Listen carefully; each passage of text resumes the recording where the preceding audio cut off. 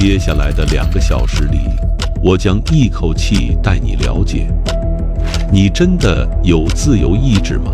从古希腊到当代的意识与自由意志争论，以及 AI 意识与量子意识假说。你可以点赞收藏，找个舒服的姿势睡觉。意识到底是什么？为什么我会觉得我是我，而不是一个没有感受的自动机器？你的身体由数以万亿计的原子组成，而这些原子，碳、氢、氧、氮，它们各自都没有任何思维的能力。由这些无思维粒子构成的身体，是如何产生出我正在思考这个如此神奇的现象的呢？现在，请放松你的呼吸，让我们的思绪慢慢飘入这个深邃的话题。清晨，你睁开眼睛，第一个念头是：今天早餐吃什么？面包还是麦片？咖啡还是茶？这个简单的选择看起来如此自然，如此理所当然。我当然是自由地做出了这个决定。但让我们停下来，仔细审视这个看似平凡的瞬间。我做出了选择，我感到这是出于自己的意愿。我们有强烈的内在感觉，相信自己是行为的源头，是决策的发出者。心理学家威廉·詹姆斯曾写道：我们每个人都本能地确信，火焰不会烧到做出决定的意志，火车不会违背我们的意愿运行。这种对自由意志的直觉，几乎是我们人类最根深蒂固的信念之一。然而，当我们把目光投向科学的时候，一个令人不安的问题浮现出来。现代科学告诉我们，宇宙中的一切，包括我们的大脑，都遵循着严格的物理定律。原子的运动遵循量子力学，宏观物体的运动遵循经典力学，而人体的生理活动则是这些定律的必然结果。如果你的大脑只是大量粒子的集合，而这些粒子完全遵循物理定律运动，那么你的选择究竟从何而来？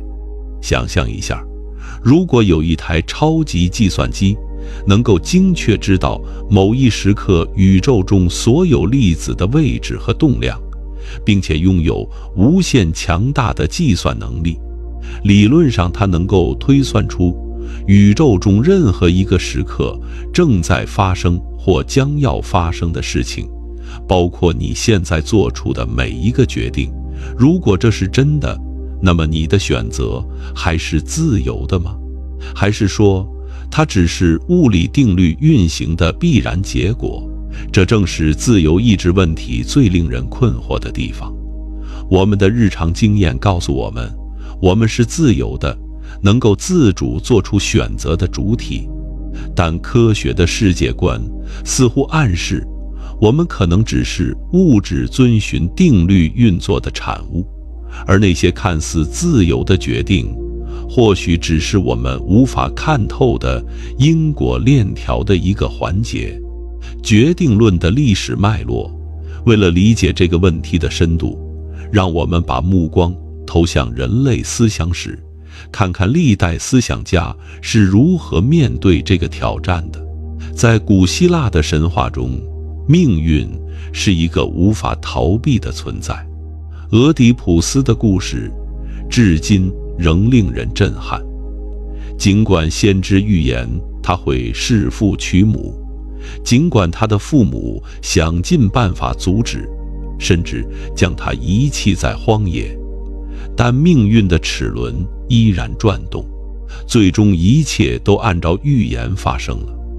这个故事暗示了一种深刻的不安。如果连神都无法逃脱命运的安排，那么人类又怎能谈论自由？这种宿命论的观念在古典世界有着广泛的影响。在古希腊戏剧中，英雄的悲剧往往不是源于他们的愚蠢或邪恶，而是源于一种超越个人意志的命运。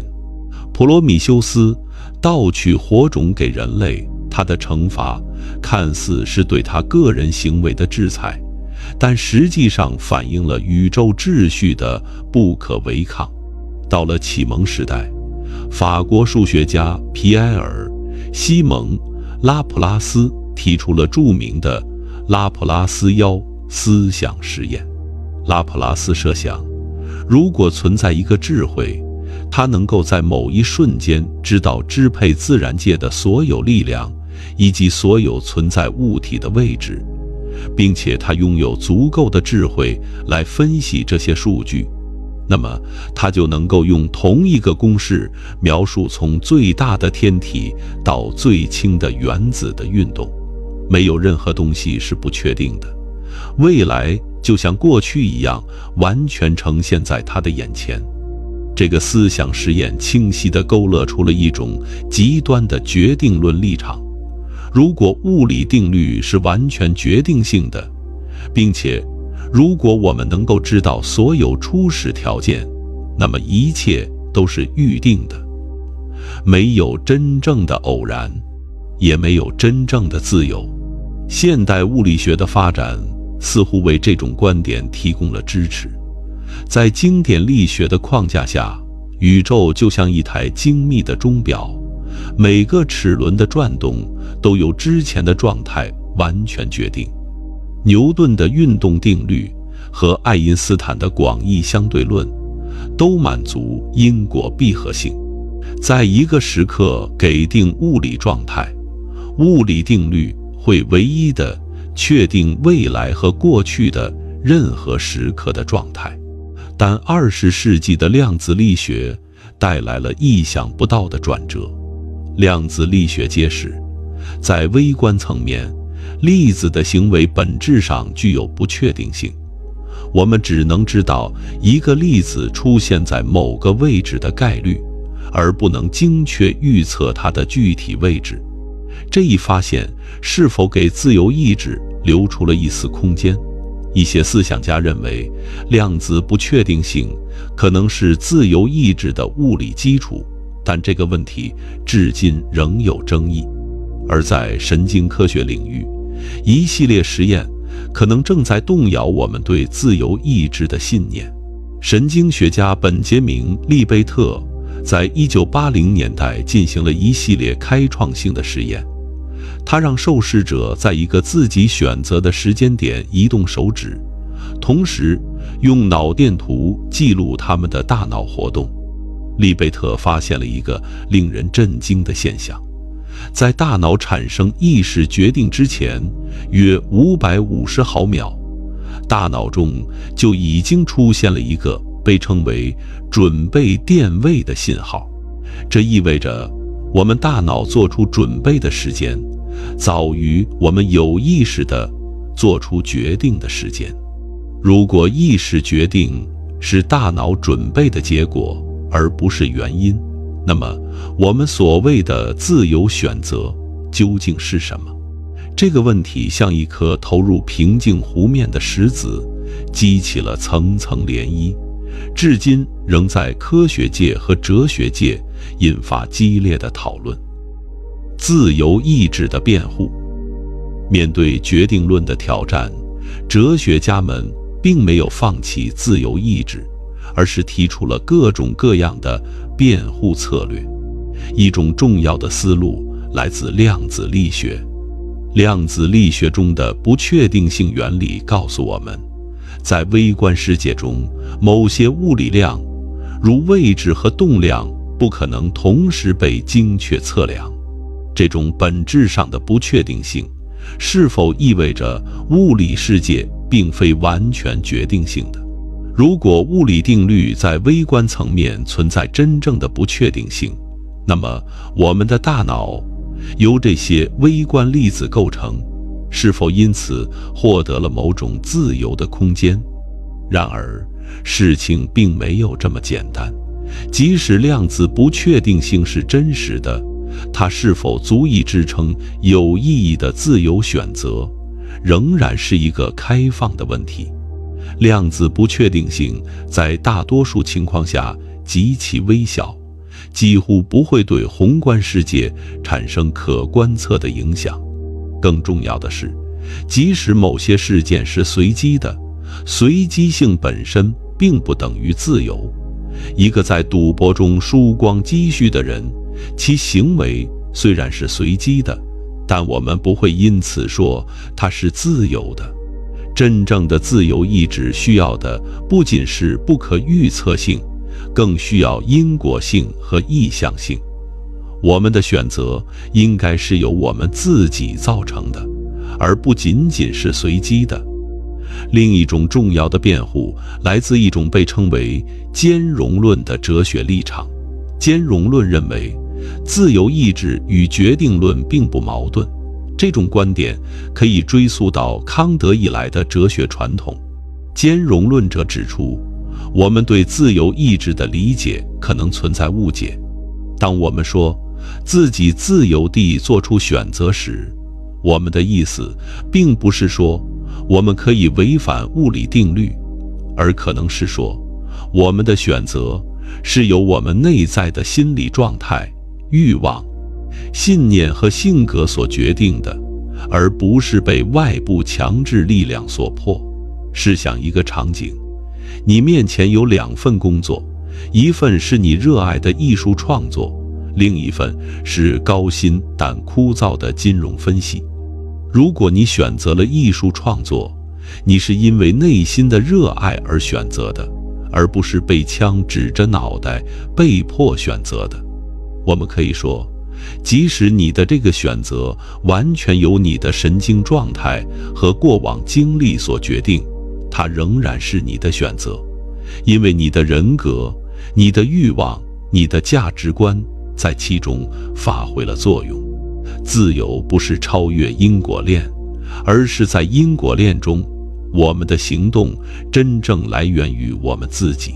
当然，这些辩护并不是没有争议的。一些哲学家提出了范畴错误的反驳。他们认为，当我们问是否有自由意志的时候，我们问的是一个哲学问题，而科学告诉我们的是关于物理世界如何运作的自然科学答案。用科学来回答哲学问题，就像用温度计来测量美的程度一样。工具虽然精确，但用错了地方。他们指出，自由意志问题关乎我们如何理解自己作为一个道德主体的存在，这超出了自然科学能够回答的范畴。科学可以告诉我们大脑如何运作，但无法告诉我们应当如何看待自己的行为。科学解释与哲学反思属于不同的层面，不能相互取代。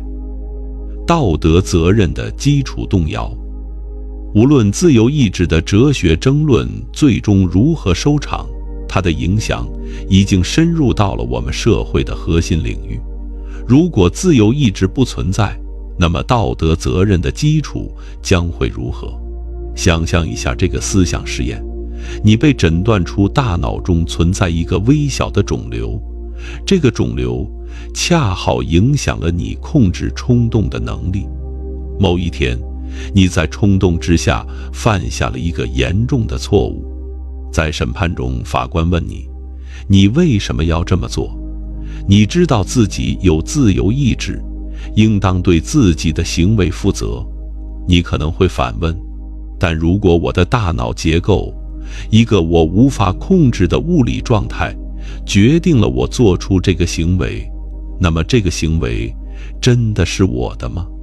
惩罚真的有意义吗？这并不是一个纯粹的假设。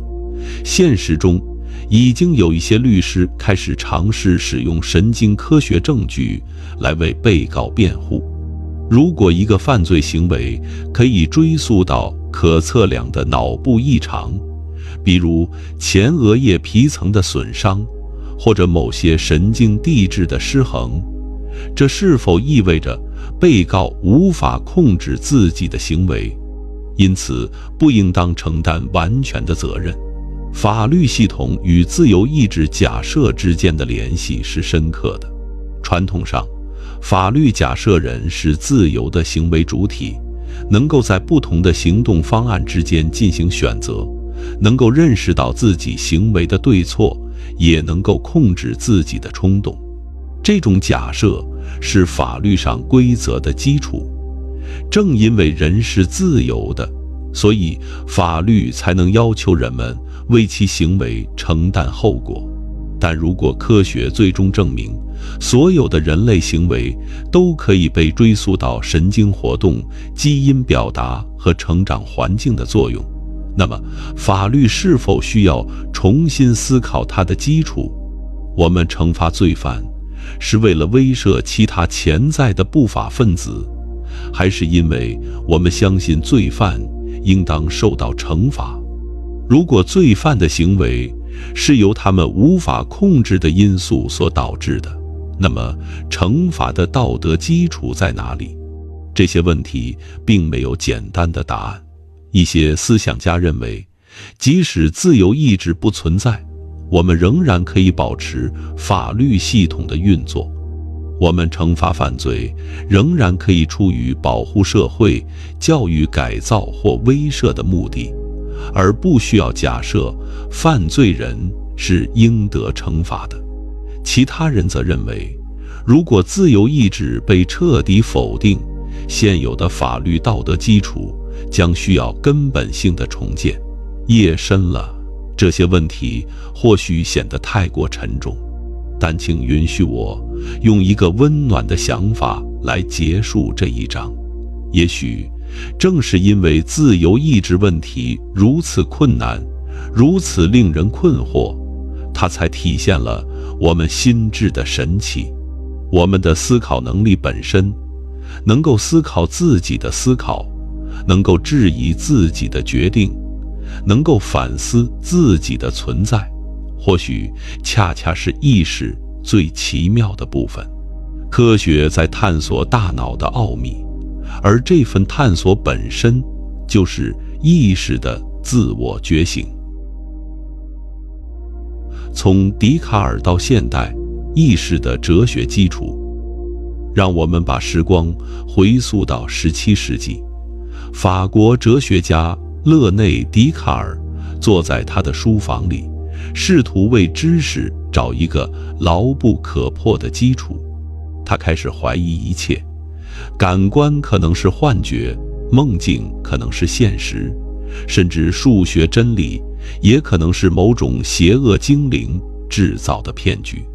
但当他开始怀疑的时候，他发现了一件事是无法怀疑的，那就是正在怀疑本身。他用那句闻名于世的话总结了他的发现：我思故我在。即使一切都可能是幻觉，但正在思考的这句我必然存在。但这个我究竟是什么？笛卡尔区分了两种截然不同的实体，一种是思维的东西，也就是意识、心灵、精神，它具有的本质属性是思考，但它没有广言，不能被空间测量。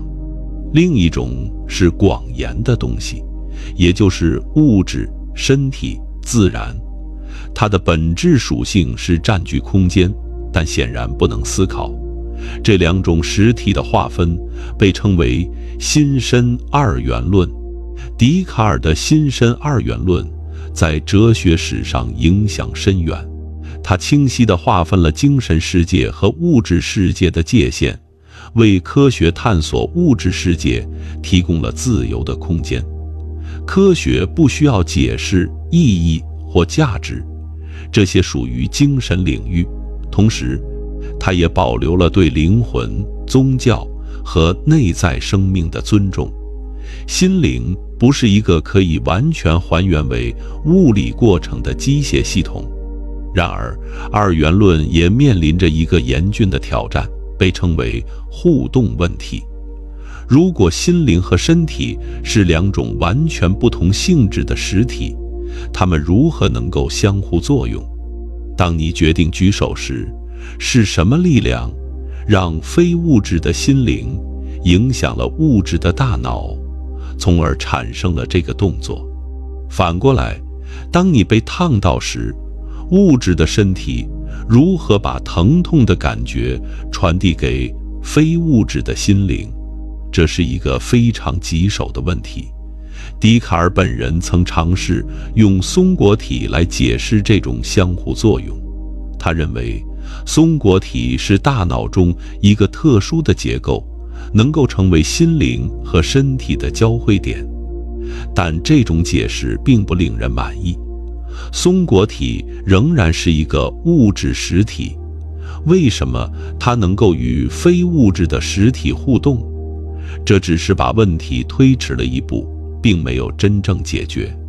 另一个困难是所谓的负现象论。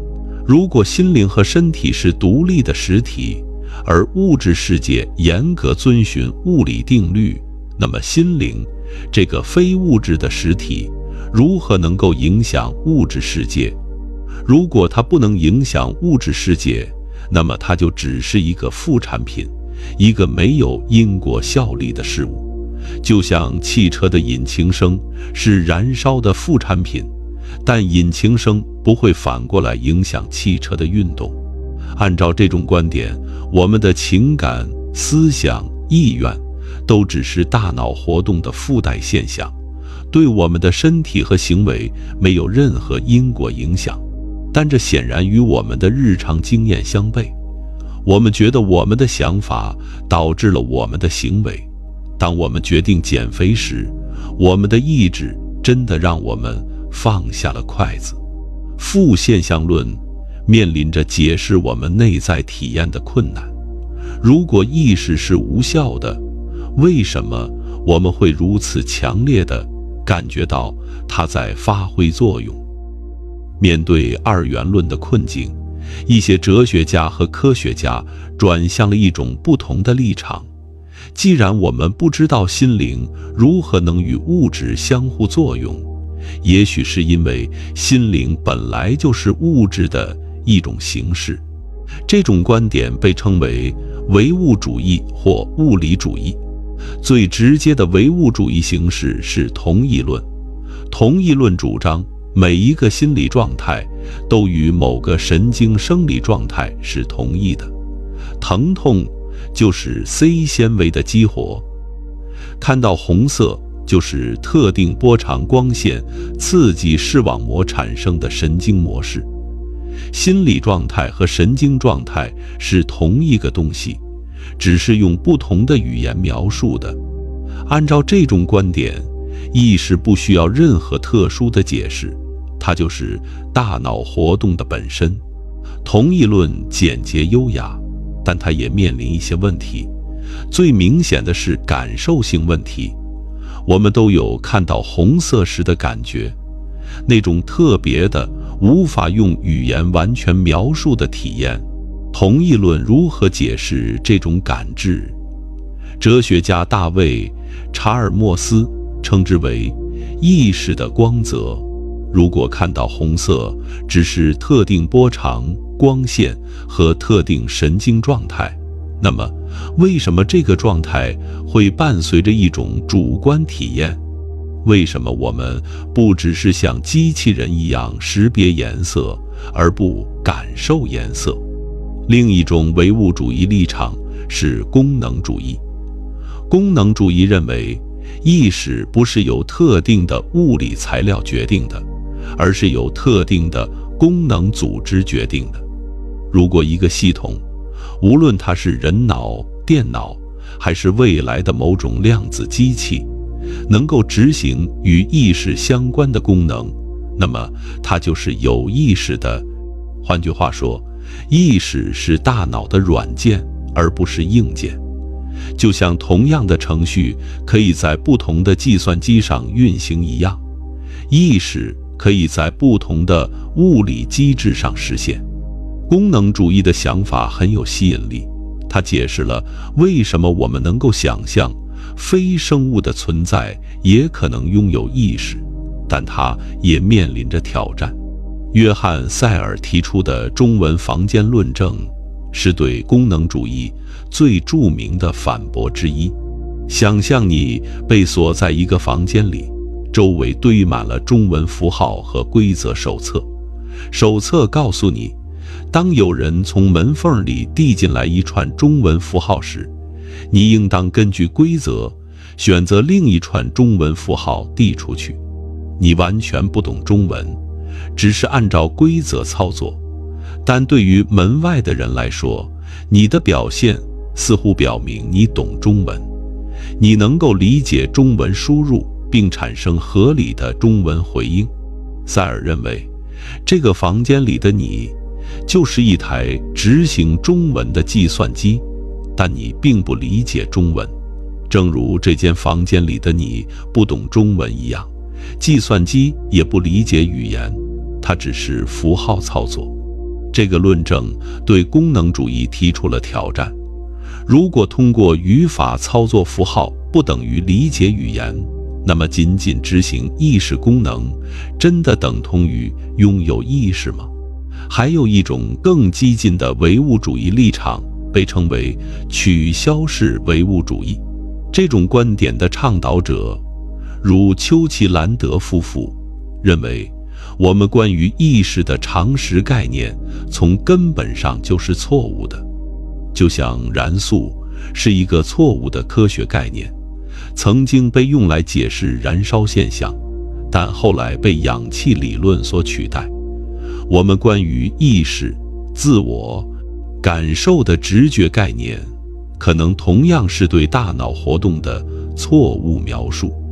按照取消式唯物主义，我们将来会发现，意识的主观体验，那种看起来是什么样子的感受，完全不存在于大脑的物理活动中。我们现在使用的意识、自我这些词汇，将会被证明是前科学时代的残余，最终会被更精确的神经科学语言所取代。这种观点是激进的，它完全否认了意识作为独特哲学问题的地位。对他的一些批评者来说，这似乎是在否认我们最亲密的体验，我们感受到的痛苦、快乐、思念的真实存在。除了上述主流立场外，还有一些更为奇特的理论，试图在保留意识独特性的同时，为它找一个恰当的形而上学位置。泛心论是一种古老但近年来重新获得关注的理论。泛心论认为，意识不只是物质的偶然产物，而是物质本身的基本属性，就像质量、电荷一样，意识也是宇宙的基本构成要素。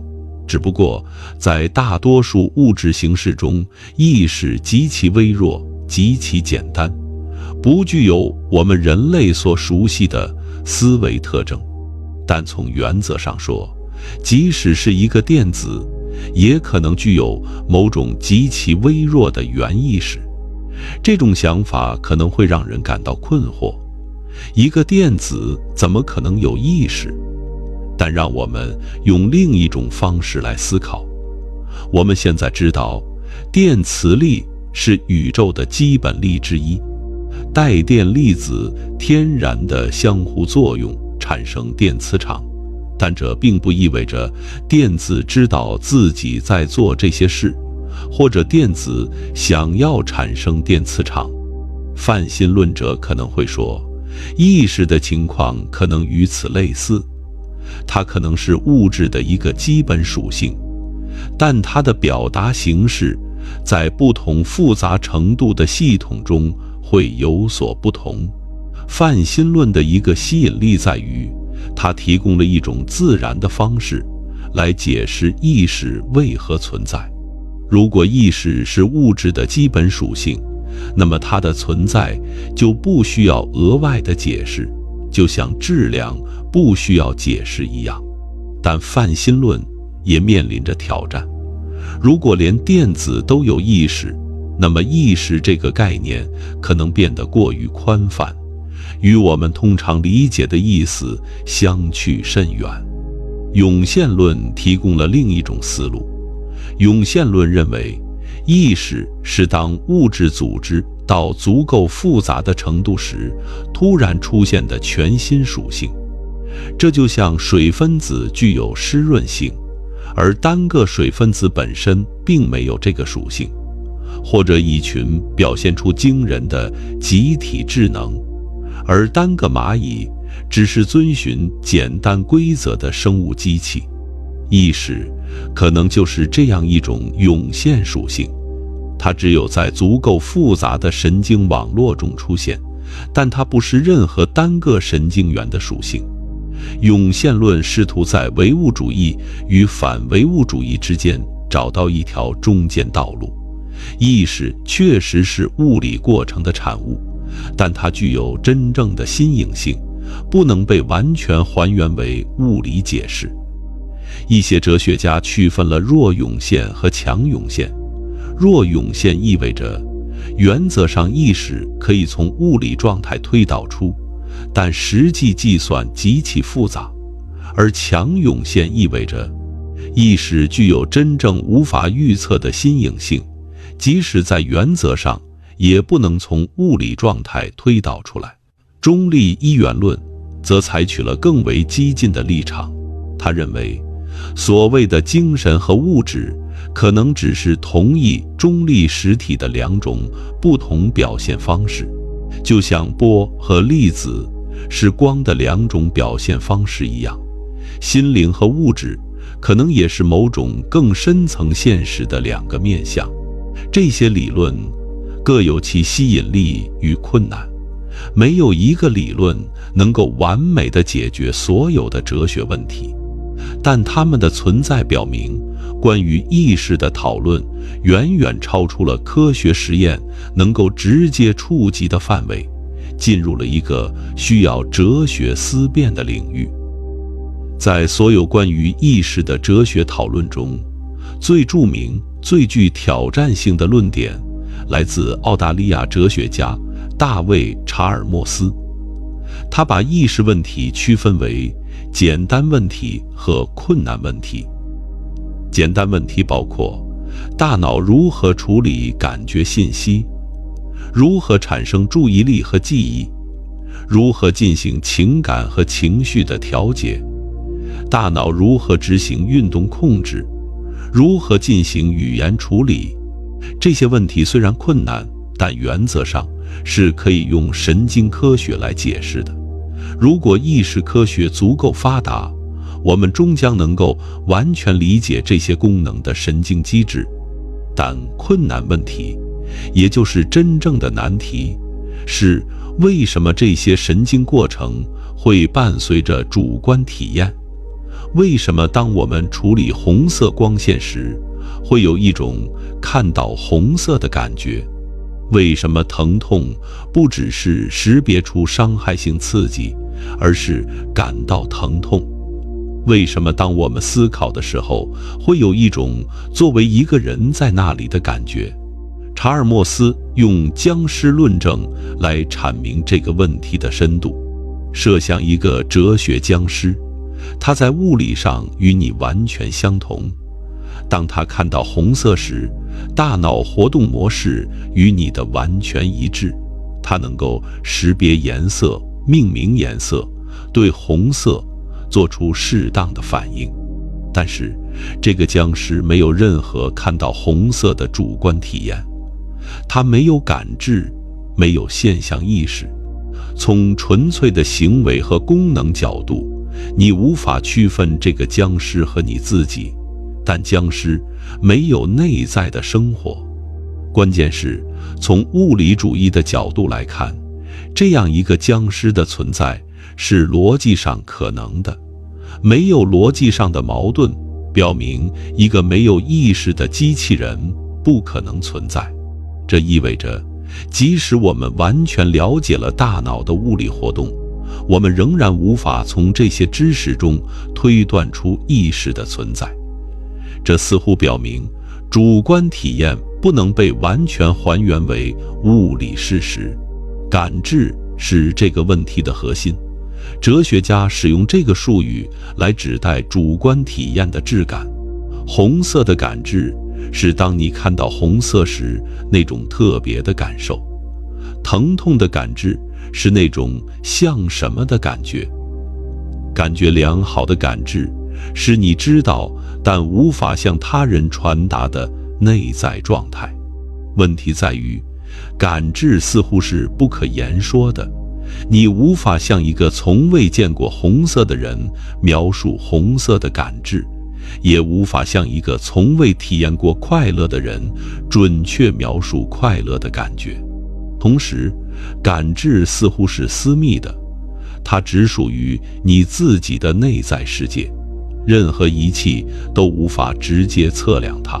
这些特征使得感知成为一个科学难以触及的概念。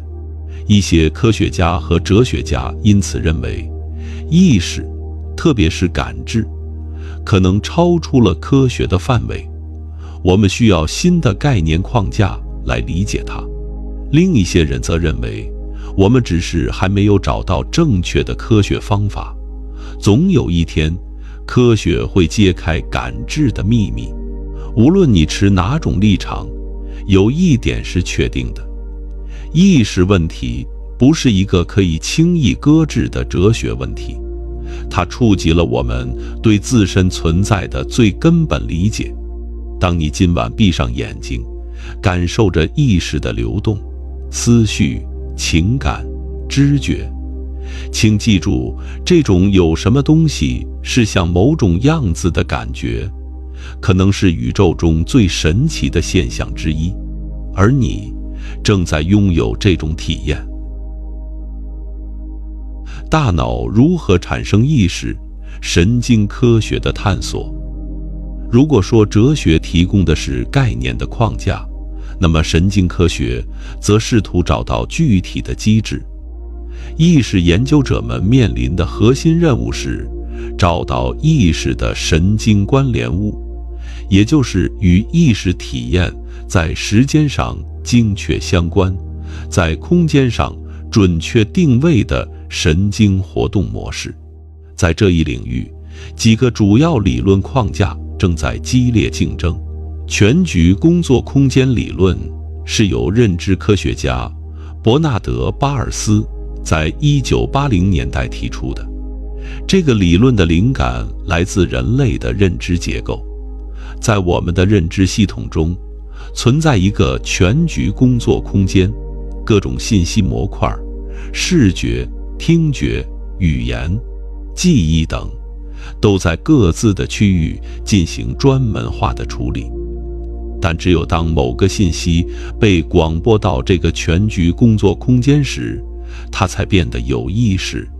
打个比方，想象一个大型办公室，里面有许多专业的部门，人事部、财务部、市场部等，他们各自处理自己专业范围内的事务，大多数时候互不往来。但有一个公共会议室，当某个部门的重要信息需要让全公司知道时，他就在这个会议室里宣布，让所有人听到。全局工作空间理论认为，意识就是这样一种广播机制，只有被广播到公共工作空间的信息才变得有意识。这个理论有很多吸引人的特点，它解释了为什么我们有瓶颈意识。我们的意识一次只能处理有限的信息，而大多数专业化的认知过程，如熟练的驾驶、面部识别，可以无意识地高效运行。它还解释了为什么语言在意识中扮演重要角色。当信息被翻译成语言符号时，它更容易被广播，更容易进入意识。另一种有影响力的理论是朱利奥·托诺尼提出的整合信息理论。托诺尼认为，意识不是由特定脑区产生的，而是由大脑作为一个整体的整合信息能力决定的。他甚至提出了一个数学量，用希腊字母费表示的整合信息来量化一个系统的意识程度。这个想法很难用简单的语言描述，但我们可以尝试理解它的要义。想象一个系统，它由许多部分组成，如果这些部分只是独立运作，那么整体的整合信息很低。但如果这些部分高度相互关联，形成一个紧密的整体，那么整合信息就很高。托诺尼认为，一个系统的整合信息越大，它的意识程度就越高。这个理论的一个惊人结论是，意识可能不限于大脑，只要一个系统能够整合足够多的信息，它就可能具有某种形式的意识。这可能意味着意识的分布比我们想象的更加广泛。预测加工框架是近年来迅速获得关注的另一种理论。这个理论认为，大脑不是被动地接受外界信息，而是主动地预测即将到来的感觉输入。大脑不断生成关于世界的内部模型，并用这个模型来预测感觉输入。当预测与实际输入匹配时，一切都顺利运行。当预测出现错误时，大脑就会注意到这个预测误差，并调整它的模型。在这个框架下，意识被理解为一种预测误差最小化的过程。我们的大脑不断尝试预测，而意识体验那些生动的、不断变化的感受，正是这种预测活动的副产品。当我们感知到某个事物时，实际上是大脑正在积极地将其整合到我们的世界模型中。这些理论各有其优势与局限，目前还没有一个理论能够完全解释意识的所有现象，但它们的存在表明，意识研究正在从纯粹的哲学思辨走向可以检验的科学假说。这是意识科学的激动人心之处。意识的具体神经机制，如果说理论提供的是框架，那么神经解剖学提供的是硬件层面的细节。让我们深入大脑内部，看看哪些结构在意识中扮演关键角色。丘脑是其中最重要的结构之一。丘脑是一个位于大脑深处的鸡蛋大小的结构，由数千亿个神经元组成。它是大脑的感觉中继站，几乎所有来自身体的感觉信息，除了嗅觉，都要经过丘脑才能到达皮层。但丘脑的作用不仅仅是中继，它还有广泛的皮层连结，形成丘脑皮层系统。这个系统被认为是意识产生和维持的核心。想象一个巨大的通信网络，丘脑就像一个中央交换机，而大脑皮层的各个区域就像网络中相互连接的终端。这个网络的同步震荡，数十亿神经元在同一频率上协调活动，被认为是意识整合的关键。特别是所谓的伽马波频率约40赫兹。当人们处于清醒意识状态时，这种脑波模式特别明显。研究还发现了一个叫做屏状核的脑区的重要性。屏状核是一个薄薄的神经结构，位于大脑皮层的深处，与广泛的大脑区域有着密集的连接。一些研究者认为，屏状核可能是意识的关键，就像乐团的指挥一样，它协调着大脑各区域的活动，从而产生统一的意识体验。前额叶皮层，大脑皮层最前部的区域，与自我意识的关系特别密切。这个区域在人类大脑中特别发达，它负责抽象思维、长远规划、社交推理以及对自身心理状态的理解。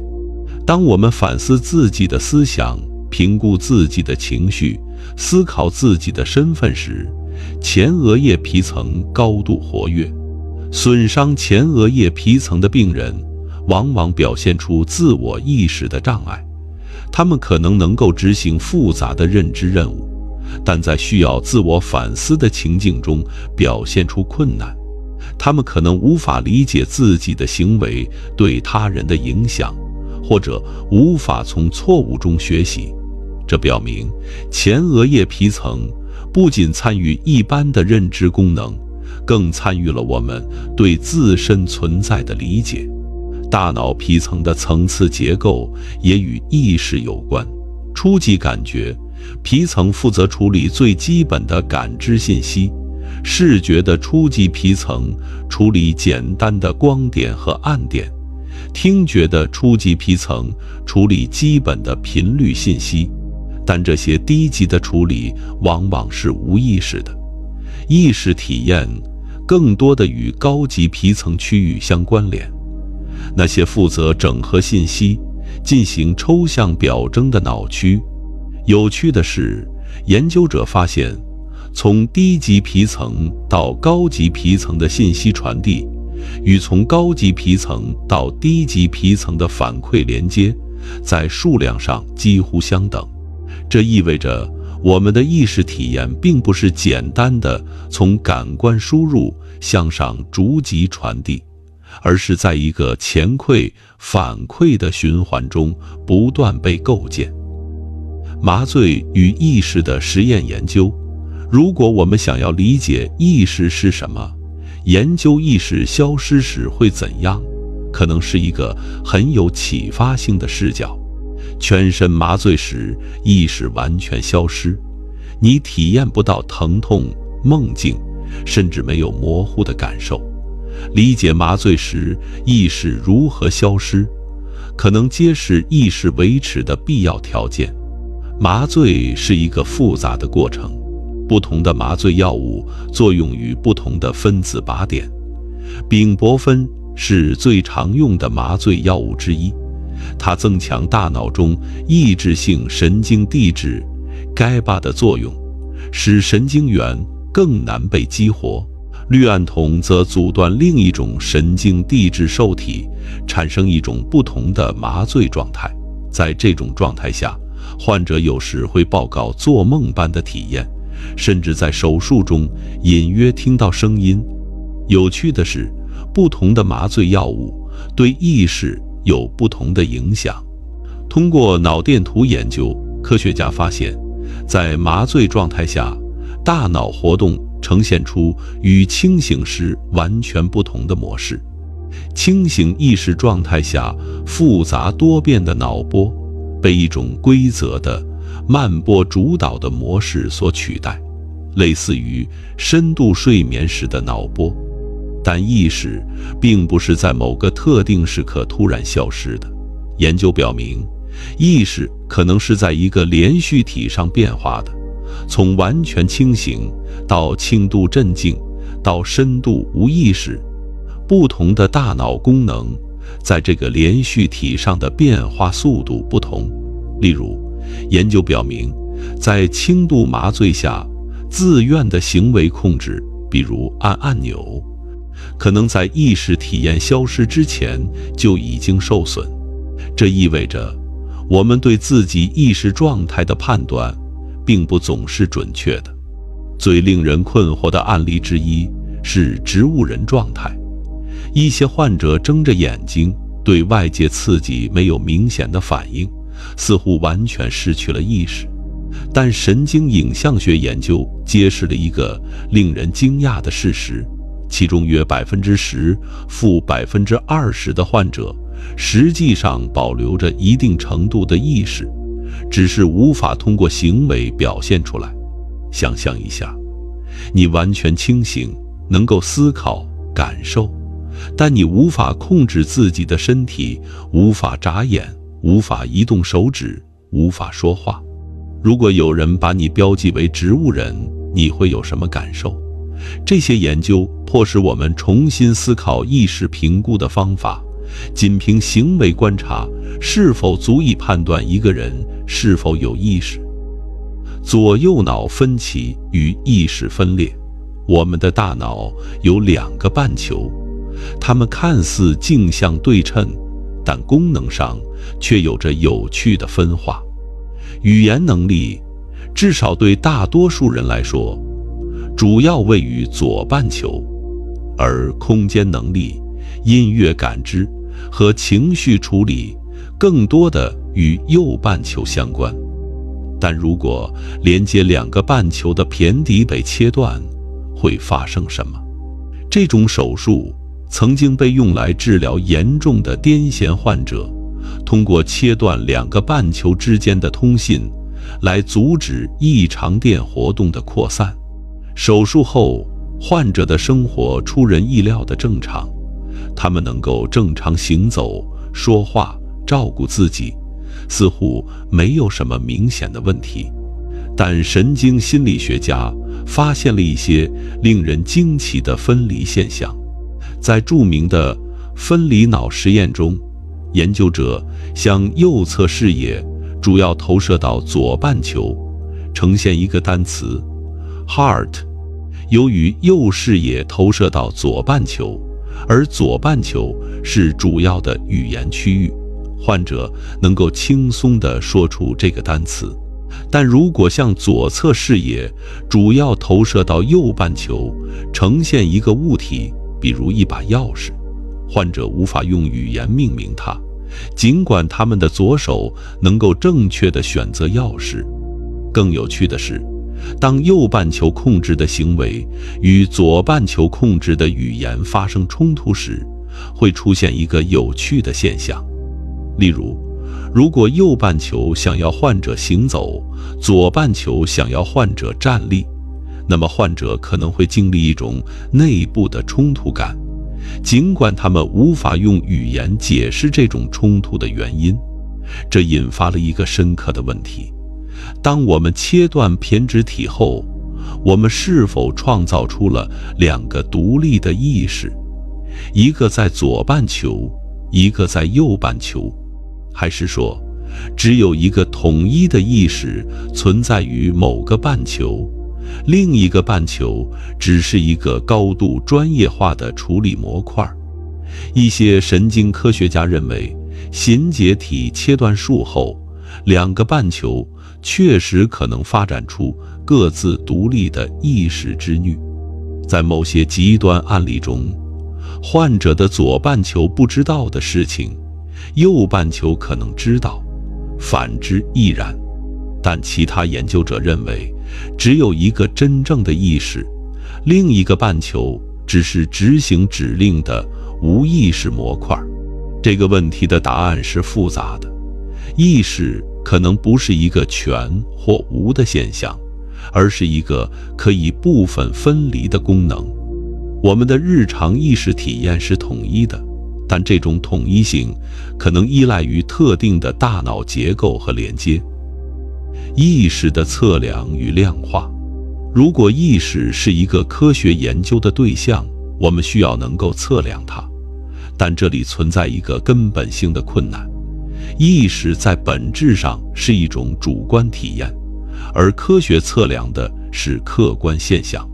主观报告与客观指标之间的鸿沟是意识科学面临的核心挑战。脑电图是一种非侵入性的脑活动测量技术，通过在头皮上放置多个电极，脑电图能够记录大脑电活动的变化。不同意识状态对应着不同的脑波模式。清醒时以高频贝塔波和阿尔法波为主，深度睡眠时以低频德尔塔波为主，而在麻醉状态下，脑波变得规则而缓慢。事件相关电位是另一种有用的技术，通过对特定刺激，如视觉刺激或听觉刺激施加后的大脑活动进行平均，研究者能够识别出与特定认知过程相关的脑电模式。例如 P300 波是一种在人们注意到心意刺激时出现的脑电成分，它被认为反映了注意力和意识加工。功能性磁共振成像提供了更好的空间分辨率。通过检测血氧水平的变化，功能性磁共振成像能够间接测量大脑各区域的活动。这项技术揭示了意识体验与特定脑区激活之间的联系。例如，当我们进行自我反思时，前额叶皮层特别活跃，而视觉意识体验与视觉皮层以及更高级的视觉区域有关。经颅磁刺激是另一种有价值的工具，通过向特定脑区施加磁刺激，经颅磁刺激可以暂时性地干扰该区域的功能。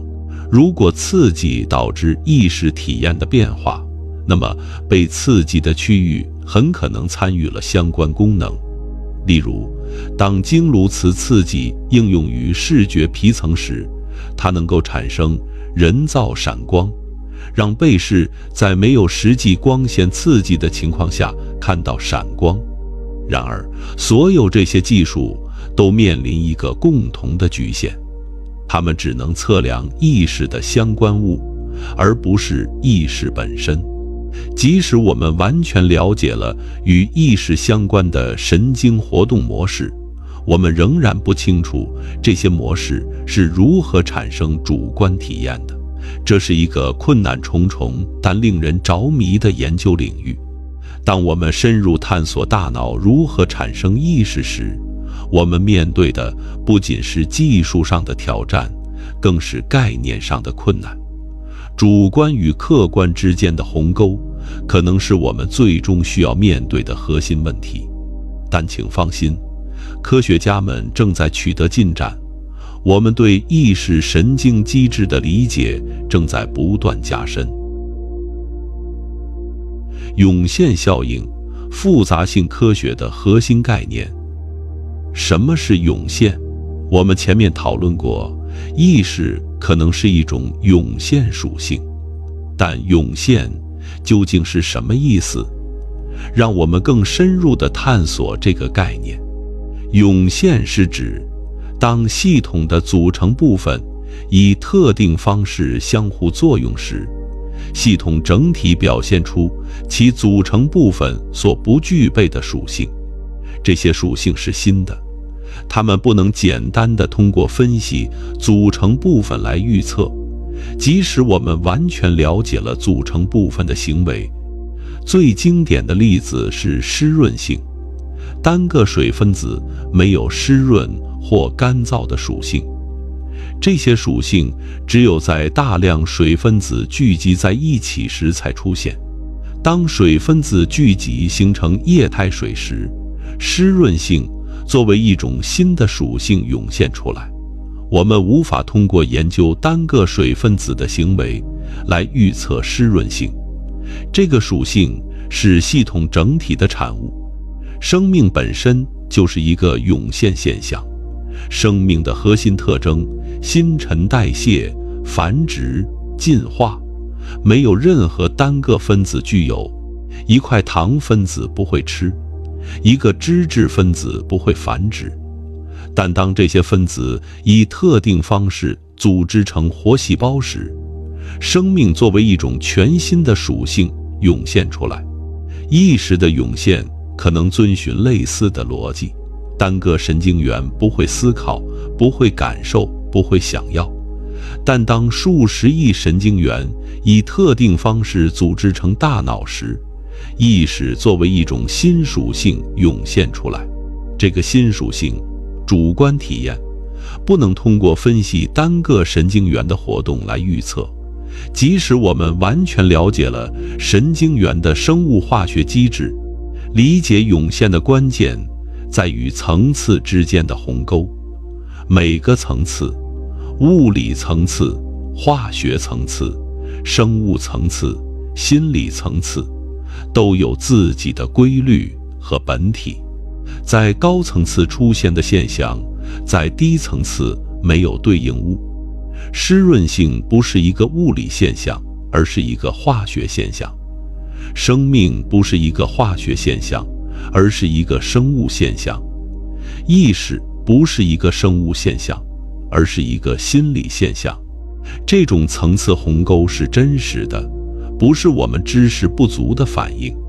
即使我们完全了解了水分子之间的物理相互作用，我们仍然无法从这些知识推导出湿润性。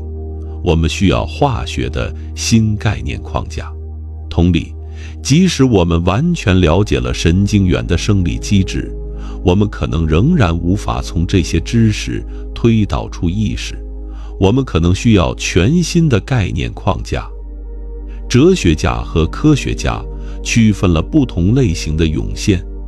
弱涌现是一种可以被还原为底层解释的涌现，但这种还原在计算上极其复杂或不可行。计算机科学中的涌现行为往往是弱涌现的典型例子。一个复杂的程序，比如模拟蚂蚁群体的程序，可能产生令人惊讶的行为，但这些行为原则上可以从程序的代码推导出来。意识作为弱涌现的可能性是，意识在原则上可以从物理状态推导出来，但这种推导可能需要极其复杂的计算，超出了任何现实计算系统的能力。在这种观点下，意识是一种原则上可以物理主义解释的现象，但实际的解释可能需要远远超出我们能力的计算资源。强涌现则更进一步，强涌现不仅在计算上是不可还原的，而且在原则上是不可预测的。即使我们完全了解了组成部分的行为，我们仍然无法从这些知识推导出整体的新属性。新属性的出现具有真正的突现性，它不能被任何对组成部分的分析所预测。意识作为强涌现的可能性时，意识是一种真正的新属性，不能从物理主义的角度完全理解。在这种观点下，即使我们完全了解了大脑的物理状态，我们也仍然无法推导出意识体验。这种不可还原性是原则性的，不仅仅是技术上的困难，这是一个深刻的哲学争议。物理主义者倾向于认为，所有涌现，包括意识，最终都可以被还原为物理解释。而另一些思想家则认为，某些类型的涌现，特别是意识，可能是真正的强涌现，在原则上不能被物理主义框架所容纳。无论这个争议如何解决，有一点是清楚的：涌现概念改变了我们对解释的理解。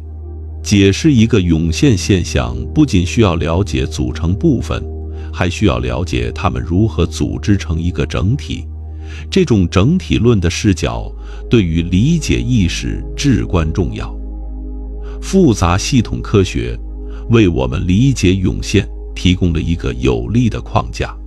一个复杂系统由许多相互作用的组成部分构成，这些部分遵循简单的规则，但系统整体表现出复杂而多样的行为。自组织临界性是复杂系统科学中的一个核心概念。想象一下一座沙堆，当你持续地向沙堆顶部添加沙子时，最初沙粒会稳定地停留在落点附近，但随着沙堆的增长，系统会趋向于一个临界状态。在这种状态下，一次添加的少量沙子可能引发任何规模的崩塌，从一粒沙子的滑落到整个山坡的大规模滑坡。这种临界状态是系统自我组织的结果。大脑被认为可能工作在一个类似的临界状态。神经元的活动在有活性和沉默之间波动，可能处于有序和混沌的边缘。这种临界状态具有一些有趣的特性，它最大化信息处理能力，允许系统在稳定性和灵活性之间取得平衡，并且能够产生长程关联，使大脑各区域能够协调活动。一些研究者认为，临界性可能是意识涌现的关键条件。当大脑处于临界状态时，神经元活动能够以最有效的方式传播，能够产生丰富的时空模式，能够在局部处理和全局整合之间灵活切换。所有这些特性都与意识体验的多样性和复杂性相呼应。这个想法很有吸引力。如果大脑确实在临界点附近运作，那么意识可能不是某种特殊的神经机制的产物，而是神经元群体在临界状态下的自然结果。就像沙堆的崩塌模式不需要特殊的崩塌力一样，意识可能不需要特殊的意识粒子，它可能只是复杂系统在临界状态下的自然表现。计算科学提供了研究涌现的新工具，通过模拟具有简单规则的系统，研究者可以探索涌现行为如何从底层规则中产生。人工生命是一个特别有趣的领域。研究者创建虚拟的人工生物，他们只遵循简单的规则，比如朝最近的食物移动，或如果附近有同类就聚集。当这些生物被放在模拟的环境中相互作用时，复杂的群体行为往往涌现出来，自发的觅食行为、捕食、被捕食、动态，甚至类似进化的自然选择过程。这些模拟让我们看到，复杂的行为不需要复杂的规则，许多令人印象深刻的行为可以从简单的局部交互规则中涌现。这为理解意识提供了思路。也许意识的复杂性也不需要极其复杂的机制，而是从简单的神经网络交互规则中自然涌现。神经网络是另一个相关领域。最早的人工神经网络只是简单的数学模型，能够执行最基本的分类任务。但随着网络规模的增长和训练方法的改进，现代深度学习系统展现出了惊人的能力，从图像识别到语言生成，从游戏到推理。这些能力部分是通过涌现产生的。网络的某些能力，如对概念的抽象理解，并没有被明确编程，而是从训练数据中自然涌现。然而，这种计算涌现与意识之间的关系仍然不清楚。计算机系统可以展现复杂的行为，但它们是否有主观体验，这是一个我们前面讨论过的困难问题。涌现概念对科学哲学产生了深远影响，特别是对还原论的传统观念提出了挑战。还原论是一种认为复杂现象最终可以被还原为更简单、更基本的组分的观点。在科学史上，还原论取得了巨大成功。化学被还原为物理学，生物学被还原为化学，而心理学最终可能被还原为神经科学。每一次还原都揭示了更深层的规律，让我们对世界有了更深的理解。然而，涌现提醒我们，还原并不是理解一切的万灵药。某些现象，如生命、意识，可能需要多层解释，而不仅仅是向下的还原。知道水的分子结构，并不能让我们理解波浪的概念。知道神经元的生理机制，并不能让我们完全理解悲伤的心理体验。这不是说科学解释无用，而是说我们需要多种解释层次。在研究意识时，我们需要神经科学的解释大脑如何运作，也需要心理学和哲学的解释意识的主观维度意味着什么，还需要现象学的解释作为体验者的第一人称视角是如何的。这些解释层次相互补充，不能相互取代。理解涌现可能是理解意识的关键。如果我们能够理解涌现的机制，从低层次到高层次的质变是如何发生的，也许我们就能够理解意识是如何从物质活动中涌现的。这是一个艰难的科学问题，但我们正在取得进展。量子力学与意识跨界的大胆假说。量子力学的奇特性质。量子力学是20世纪最成功的物理理论，但它也是最奇怪的理论。在量子世界中，我们日常世界中熟悉的直觉不再适用。在经典物理学中，粒子被描述为具有确定位置的小球，但量子力学告诉我们，粒子同时也是波。在测量之前，一个粒子不具有确定的位置，它处于一种叠加态，同时在多个位置上存在。只有当我们进行测量时，波函数才会坍缩，粒子才获得一个确定的位置。这个思想最著名的体现是薛定谔的猫思想实验。设想一只猫被关在一个密封的盒子里，盒子里有一个放射性原子、一个毒气瓶和一把锤子。如果放射性原子衰变，锤子就会落下，打破毒气瓶，猫就会死。量子力学告诉我们，在打开盒子之前，放射性原子处于衰变和未衰变的叠加态，它同时衰变又不衰变。但按照标准量子力学的逻辑，这意味着猫同时是活的又是死的，它处于一种活死叠加态。这个结论显然与我们的日常经验不符。猫要么活着，要么死了，不可能两者都是。我们如何理解这个悖论？这涉及量子力学的测量问题。为什么以及如何叠加态坍缩为一个确定的状态？另一个量子奇异性是量子纠缠。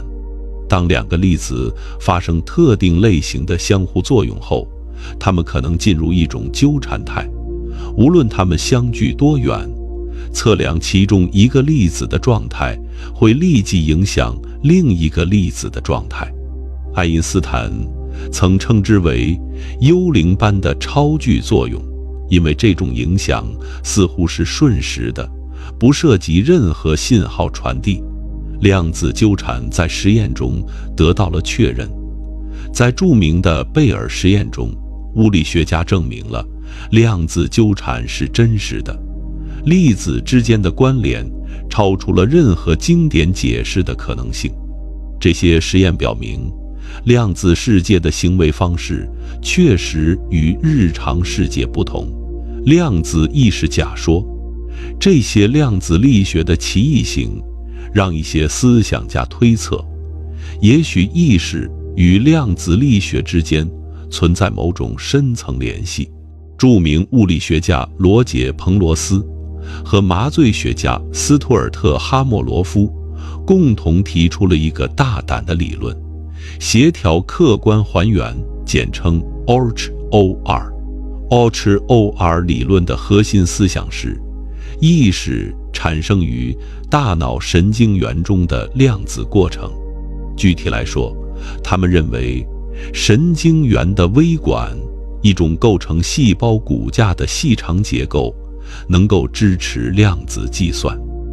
量子态在微管中的演化，最终导致协调客观还原事件，每个这样的事件就是一个原始意识时刻，大量的原始意识时刻整合起来，就产生了我们完整的意识体验。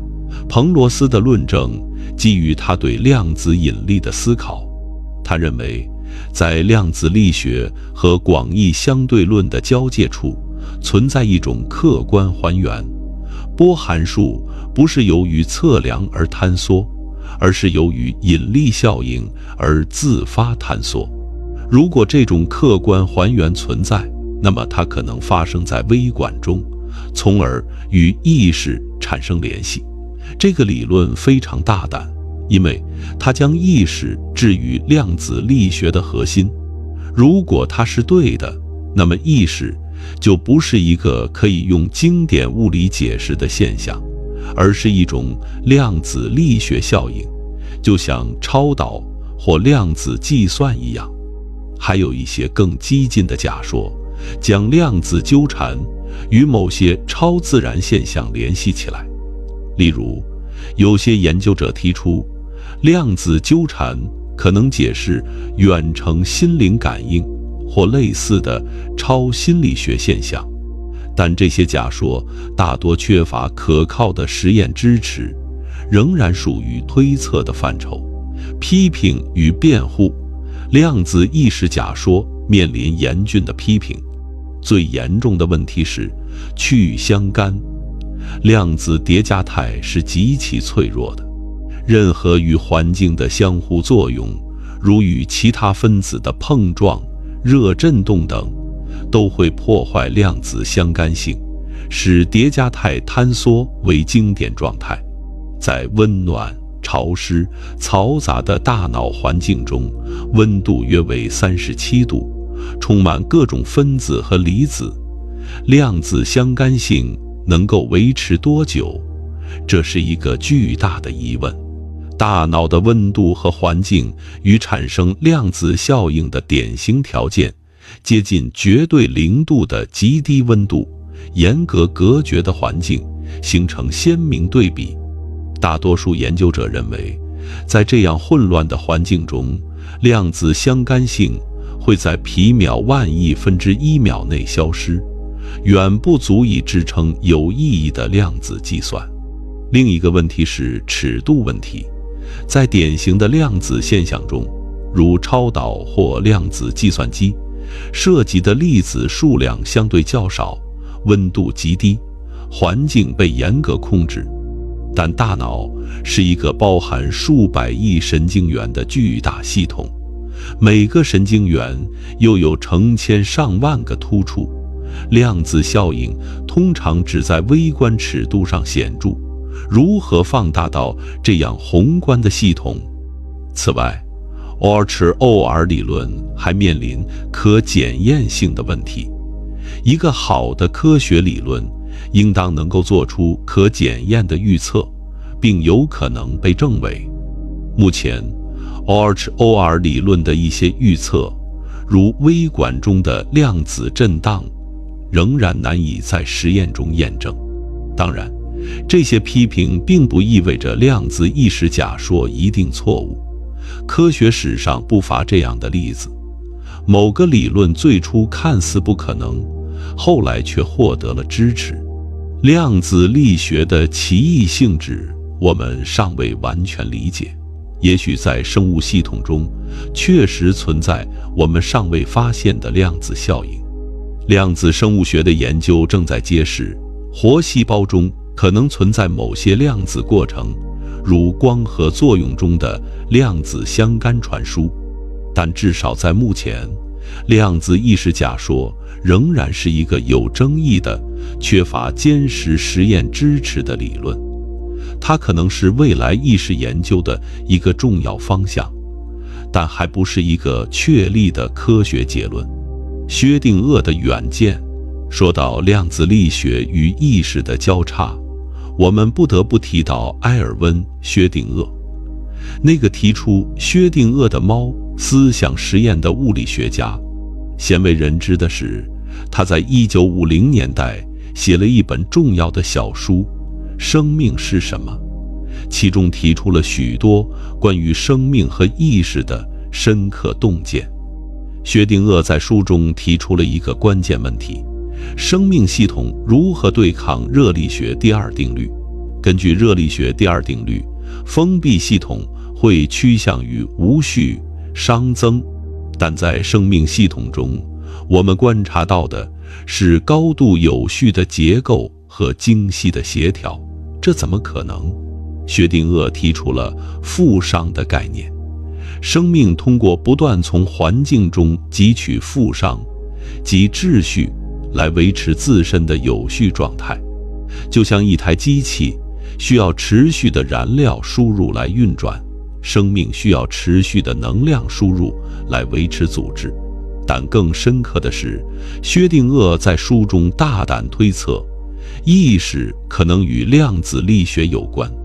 他写道，对于意识来说，现在是一个特殊的时刻，过去和未来完全不同。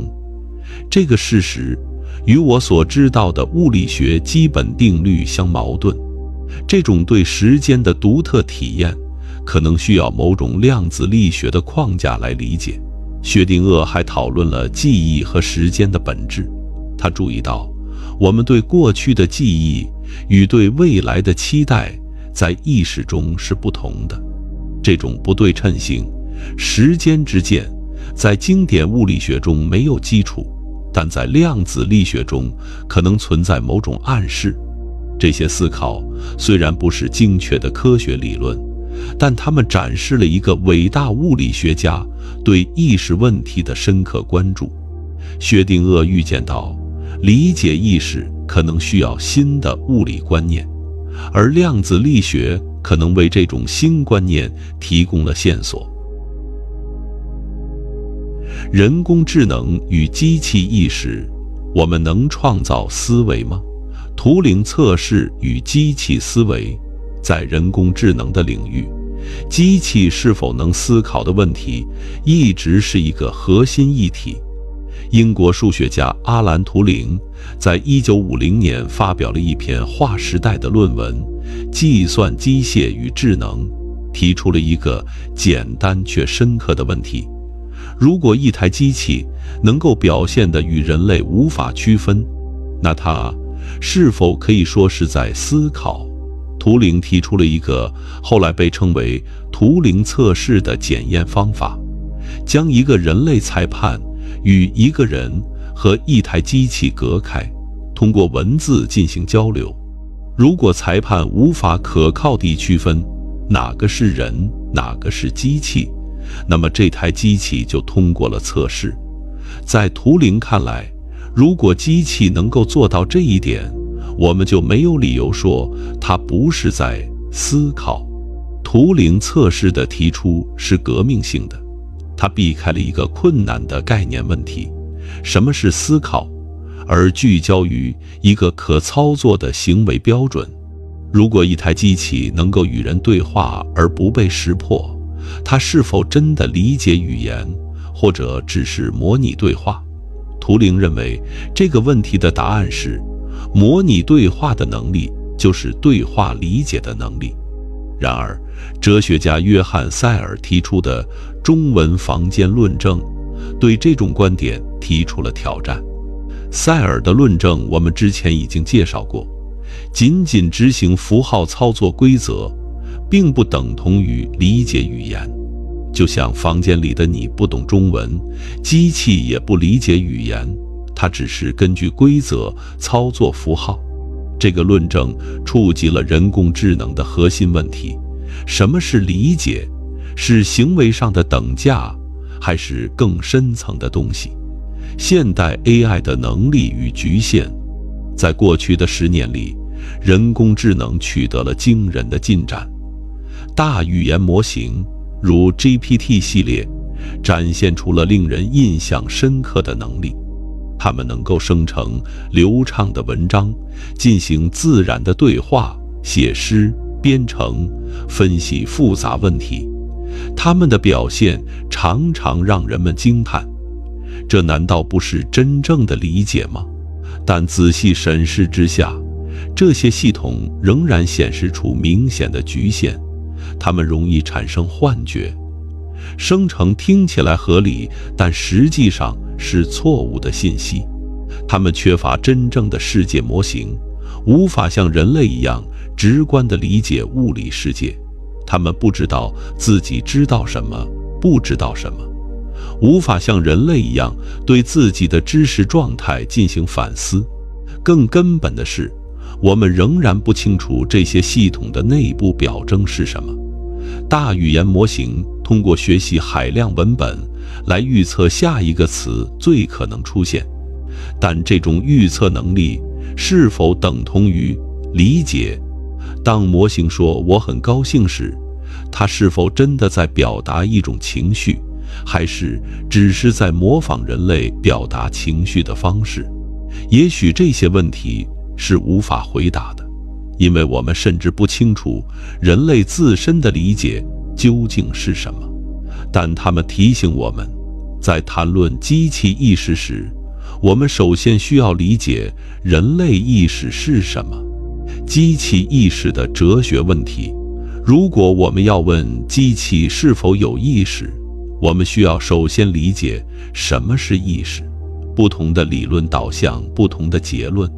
按照功能主义的观点，意识的关键在于功能。如果一个系统能够执行意识相关的功能，那么它就是有意识的。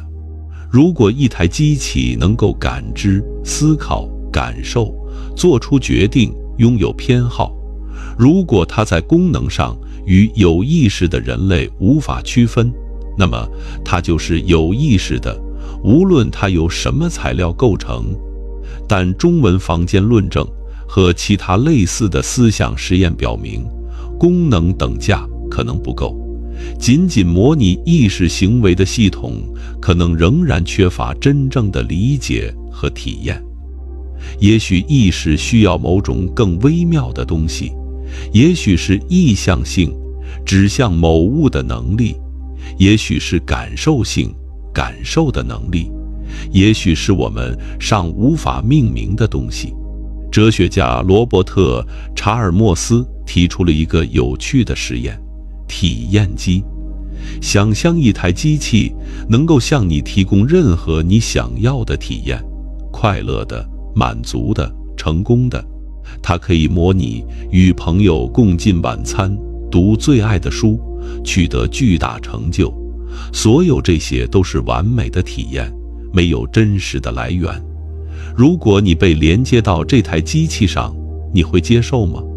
大多数人在直觉上会拒绝这个提议。为什么？也许是因为我们珍视的不只是体验本身，还有体验的真实性。我们的成就是真的成就，我们的关系是真实的关系，我们的体验是真实世界中发生的体验。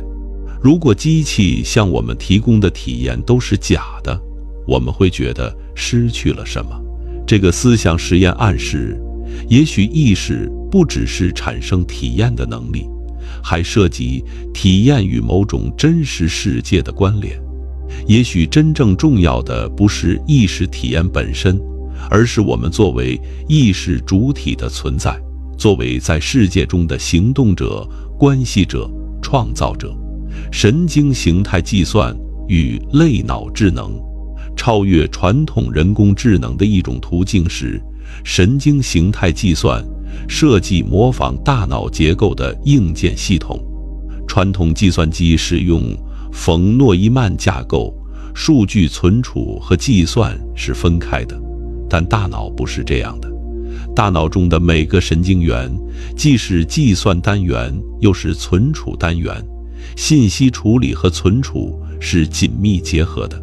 这种架构使大脑能够高效地处理复杂的时间模式和空间模式。脉冲神经网络是模仿大脑的一种尝试。与传统神经网络不同，脉冲神经网络中的信息是用脉冲离散的电位短暂上升的事件来编码的。时间本身成为信息编码的一部分，这与人脑中的时间编码方式更加接近。忆阻器是另一种有前景的技术。忆阻器是一种电子元件，其电阻取决于通过的电荷历史。换句话说，它能够记住过去的状态。这种特性使它能够模拟神经元和突触的学习机制，可能成为类脑计算机的基本组件。Connectome 计划是一个更宏大的项目，目标是绘制人脑中所有神经元的连接图谱。虽然这个目标目前仍然遥远，但它代表了从硬件层面理解大脑的雄心。如果我们有了一张完整的大脑线路图，我们也许能够更清楚地理解意识是如何从这个网络中产生的。通用人工智能的挑战。当前的人工智能系统大多是窄人工智能，它们在特定任务上表现出色，但缺乏跨领域的通用性。一台能够打败围棋世界冠军的计算机可能无法玩简单的文字游戏，而人类智能则表现出惊人的通用性。我们能够在完全不同的领域之间转移知识，进行类比，解决新问题。通用人工智能是人工智能研究的终极目标之一，一个能够在任何认知任务上达到或超过人类水平的系统。但实现通用人工智能面临着许多挑战。符号接地问题是其中一个核心问题。人类语言中的词汇，如猫、红色、痛苦，都与我们的身体经验相连。猫这个词之所以有意义，是因为我们见过猫，触摸过猫毛，听到过猫叫。但机器如何获得这种具身经验？它们没有身体，没有与世界互动的历史。具身认知理论认为，认知不是发生在虚无中的抽象计算，而是发生在身体与环境的持续交互中。我们的概念、推理，甚至思维的形式，都受到我们身体的深刻影响。如果这个理论是对的，那么没有身体的机器可能永远无法获得完整的理解。创造力是另一个挑战。人工智能可以产生令人惊叹的作品，诗歌、音乐、绘画，但这些作品有多少是真正创造性的？他们是否真正想到了一个新想法，还是只是在模仿人类创造力的模式？真正的创造力是否需要某种特殊的灵感机制？这些问题没有简单的答案，它们触及了智能和意识的核心，而我们对这些问题仍然缺乏清晰的理解。意识的体验维度，第一人称视角，现象学的启示。我们一直在用第三人称的视角讨论意识，大脑如何产生意识，意识与哪些神经活动相关。但意识还有另一个维度，主观体验。作为体验者的你是什么感受？哲学的一个分支，现象学，专门研究这个维度。现象学的创始人是埃德蒙德·胡塞尔，他发展了一种独特的方法来研究意识体验，悬置。悬置的意思是搁置判断，暂时搁置我们关于世界如何存在的日常假设，直接回到事物本身，描述我们体验到的内容，而不做任何关于这些体验背后是什么的解释。例如，不是问我的视觉体验背后的神经机制是什么，而是问看到一棵树是什么样子，这个体验有什么结构，它如何随时间变化，它与我的身体位置和注意力状态有什么关系。胡塞尔的学生莫里斯·梅洛庞蒂进一步发展了身体现象学。他指出，我们的意识不是灵魂或精神驻留在身体中，而是通过身体存在。身体不只是意识的载体，它是我们体验世界的方式本身。当你伸手去拿一个杯子时，你不是先有一个想要拿杯子的意图，然后发出指令让手臂移动。意图和行动是同一个体验的不同方面。你的意向性指向世界的能力已经体现在你的身体姿态、你的注意力聚焦、你的运动准备中。梅洛庞蒂认为，这种具身的意识比抽象的思维更为基础。我们首先是通过身体存在于世界中的，而不是首先是一个思考的心灵。意识的统一性。一个令人惊奇的事实是，我们的意识体验是统一的。你不会同时有两个互不相关的意识流，一个看见花园，一个听见音乐，它们被整合在一个统一的此刻体验中。但神经科学告诉我们，大脑的不同区域负责处理不同类型的信息，视觉皮层处理视觉，听觉皮层处理听觉，躯体感觉皮层处理触觉。这些处理是高度专业化的。那么，一个统一的意识体验如何从这些分散的加工过程中产生？这被称为捆绑问题。想象一个场景，你看见一只红鸟停在绿色树枝上，听见它在唱歌，感受到微风吹在脸上。这些来自不同感官的信息由大脑的不同区域处理，但你体验到的是一个统一的场景。一只红鸟在树枝上唱歌，微风吹拂。这些分离的信息是如何被捆绑成一个统一体验的？一些理论认为，捆绑是通过神经同步震荡实现的。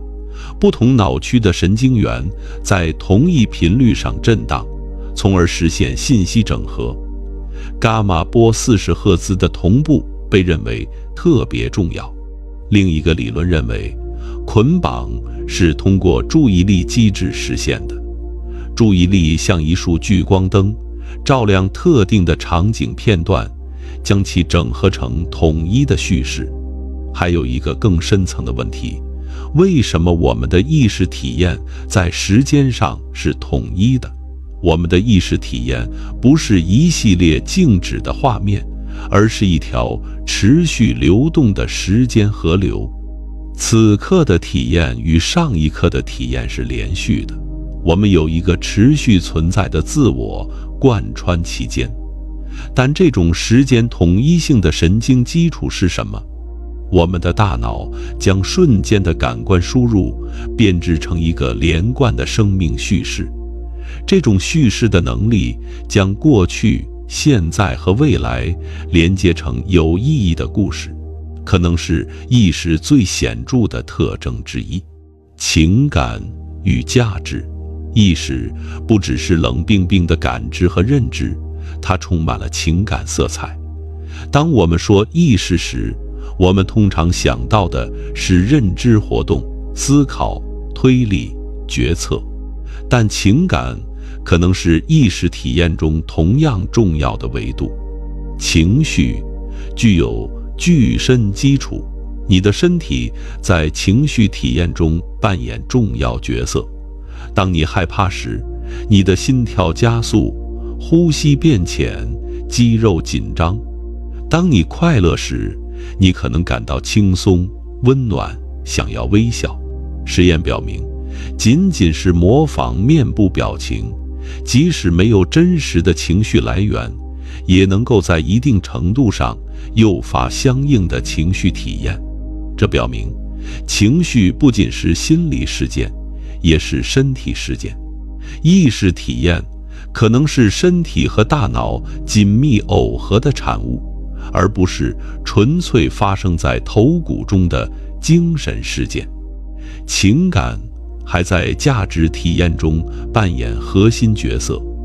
我们体验到某些事物是好的，某些是坏的，某些是重要的，某些是无聊的。但这些价值判断从何而来？它们是基于理性的推理，还是基于更深层的情感评估？研究似乎支持后者。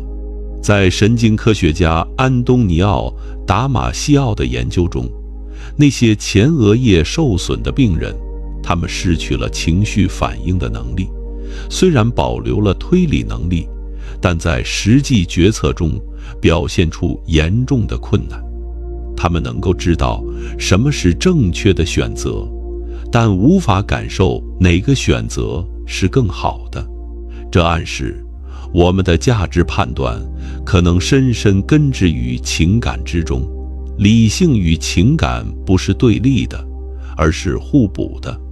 情感为理性提供了价值地图，而理性则帮助我们在这个地图上导航。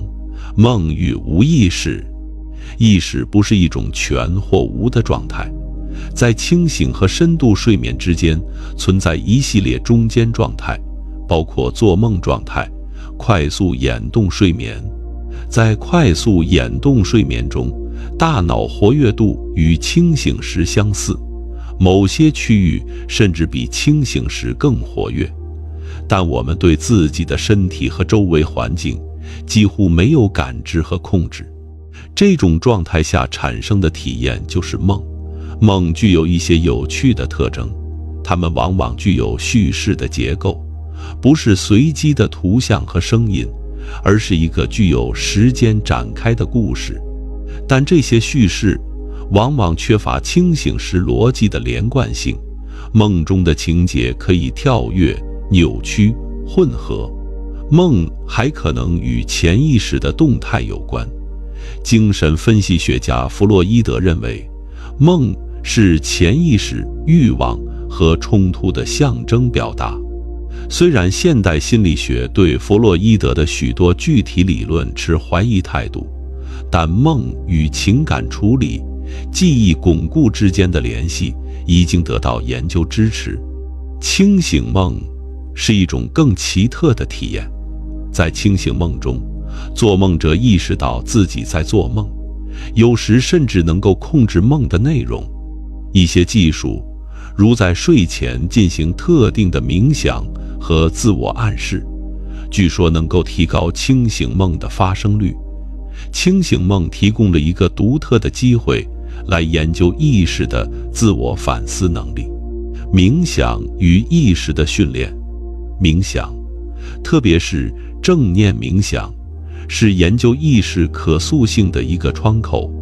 正念冥想涉及将注意力集中在当下的体验上，如呼吸感受、身体感觉或环境声音。当注意力漂移时，这是自然发生的。冥想者温和地将注意力带回焦点。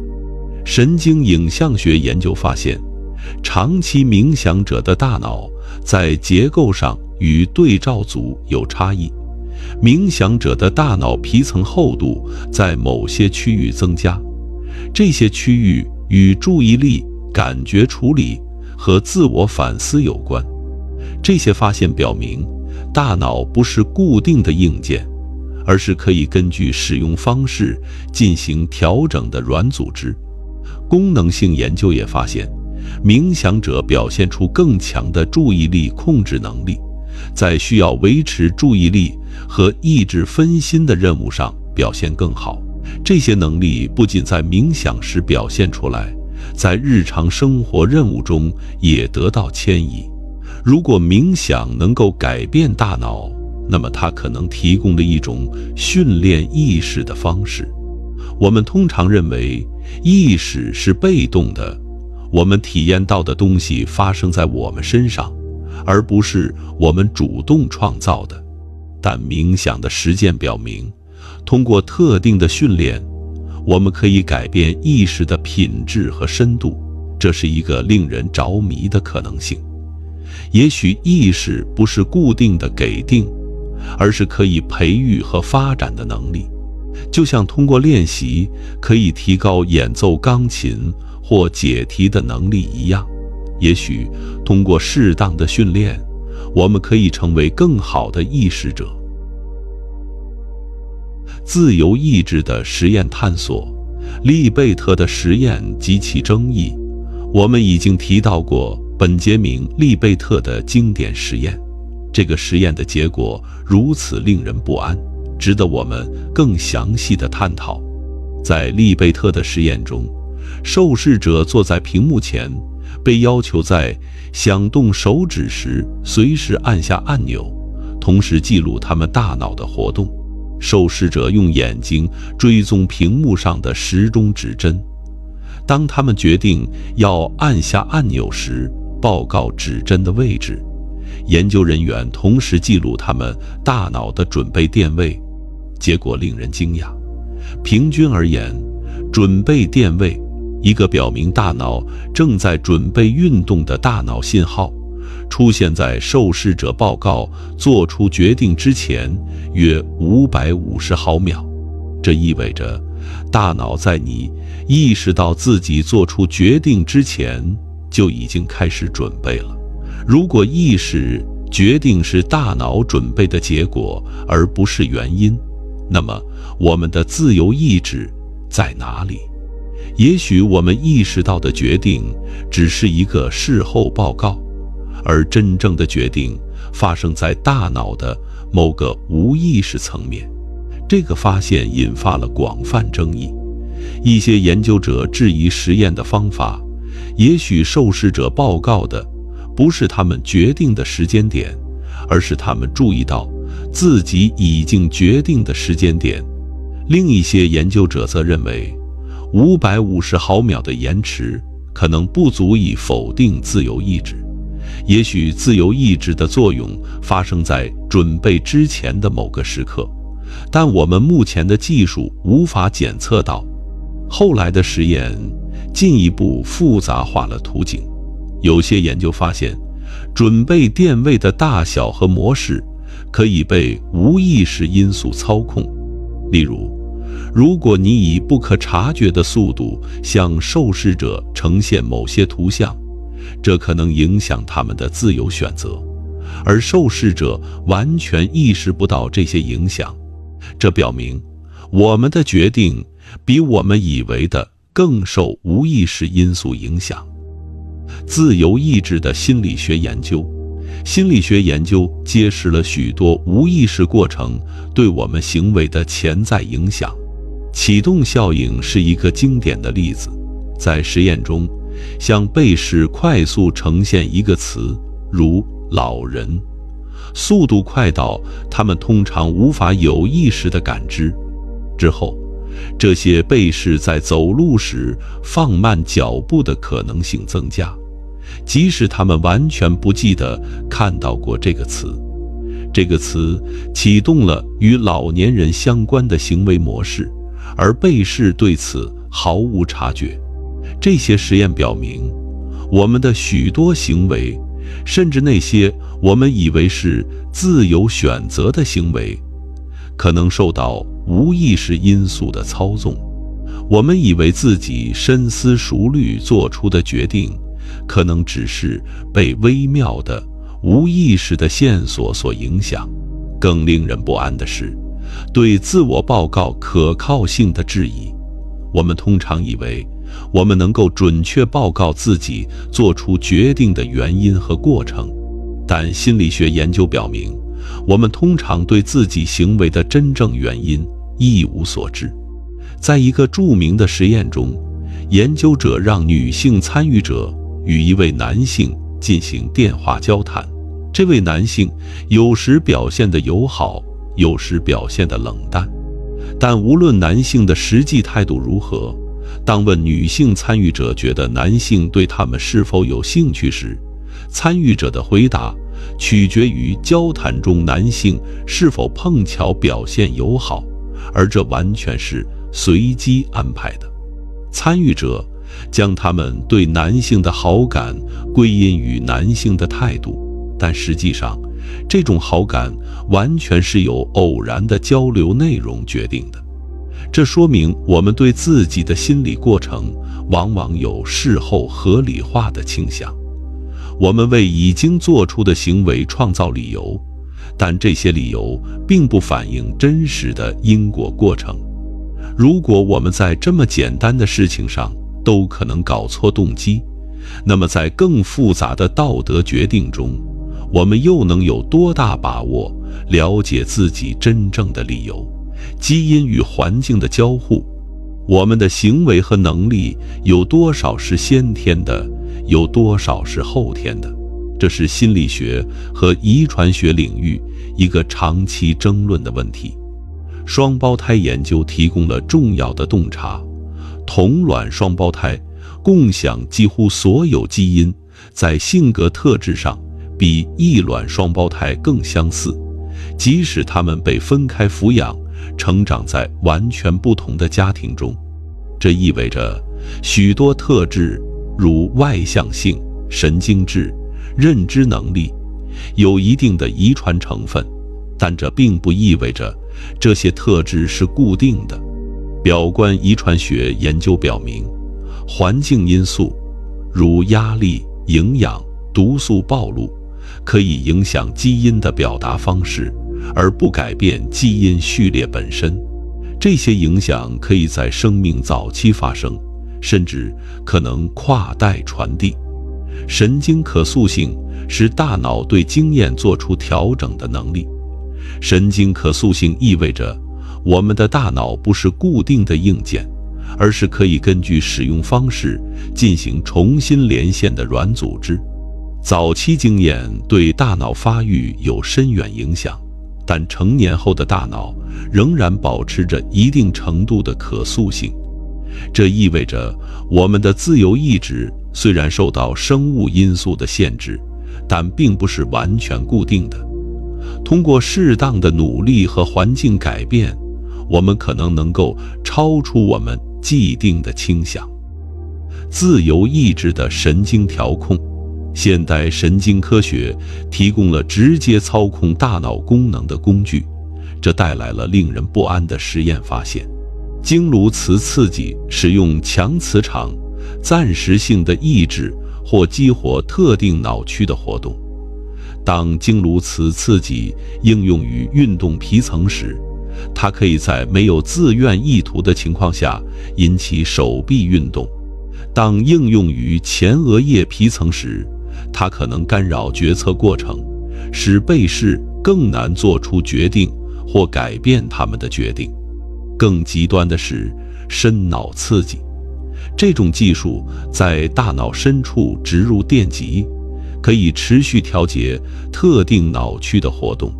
深脑刺激最常用于治疗帕金森病等运动障碍疾病，但研究者发现，刺激某些脑区会影响情绪和决策。例如，当电极刺激大脑的伏隔核时，一些患者报告感到强烈的愉悦感，甚至出现成瘾行为。这些实验表明，我们的行为和决定比我们以为的更加可操控。我们的自由意志不是一个不可动摇的核心，而是大脑这个复杂系统的一个产物，而这个系统可以通过技术手段进行调节。这带来了深刻的伦理问题。如果我们的决定可以被磁场或电刺激改变，那么自由意志究竟是什么？如果我们可以用技术来增强或削弱意志力，那么我们还是自由的吗？意识的演化视角，意识演化的里程碑。意识不是一夜之间出现的，它在漫长的进化历程中逐步发展。让我们回溯这个历程。最早的神经系统出现在约6亿年前的寒武纪之前。最简单的动物，如海绵，没有神经系统，只有散布全身的特殊细胞。当这些细胞受到刺激时，它们会发出化学信号，但没有任何整合或协调。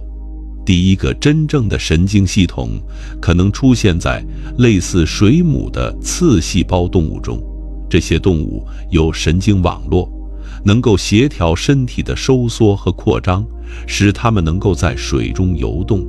但这些神经网络的结构非常简单，没有中央控制，没有明确的头部或尾部。扁形动物，如涡虫，标志着神经系统的重大进化。它们是第一批拥有明显头部的动物，头部集中了感觉器官和神经节，这是一种集中化的开始。神经节后来演变成大脑。寒武纪大爆发约5.4亿年前，是神经系统进化的加速器。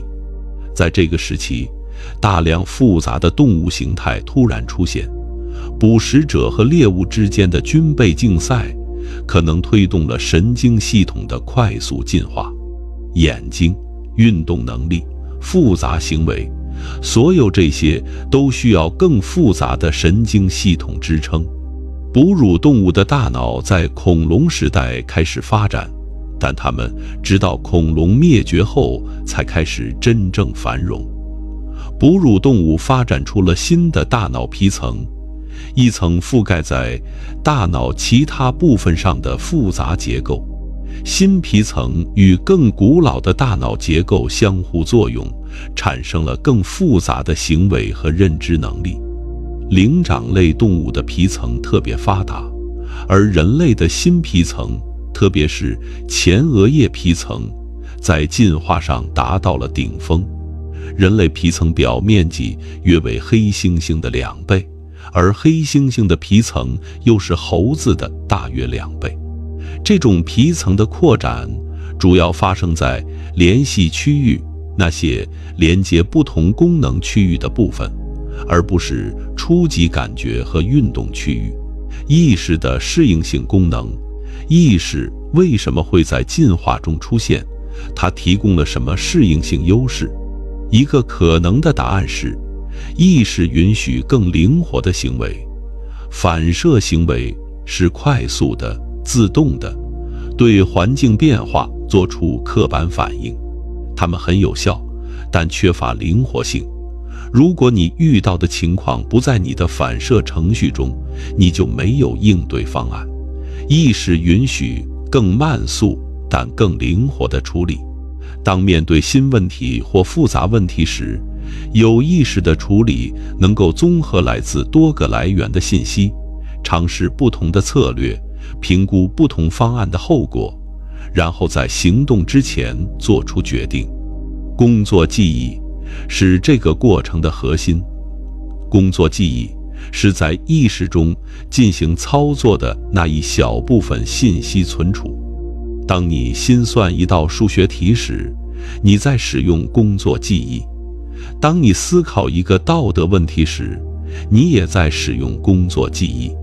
工作记忆容量有限，但它允许对信息进行灵活的操作，而不是简单的存储和检索。情绪可能是意识的另一个适应性产物。情绪不是软绵绵的装饰，而是提供了重要的决策信号。当你对某个选择感到不安时，这个感受可能整合了大量你无法明确表达的信息。也许是过去类似情境中的经验，也许是微妙的社交线索。情绪让我们能够快速做出判断，而不需要进行详尽的理性分析。如果情绪在进化上是有用的，它们很可能通过自然选择发展而来。这意味着我们的情绪体验，快乐、悲伤、恐惧、爱，不是偶然的产物，而是经过数百万年进化打磨的适应机制。意识的连续性光谱，意识可能是所有动物都拥有的某种程度的特征，还是人类独有的特权？这是一个我们正在逐步了解的问题。许多动物展现出了令人印象深刻的认知能力。乌鸦能够制造和使用工具，能够记住人脸并对其做出敌意或友好的反应，甚至能够解决需要类比推理的问题。黑猩猩能够学习手语与人类交流，表达需求和情感，甚至教授后代使用这些词汇。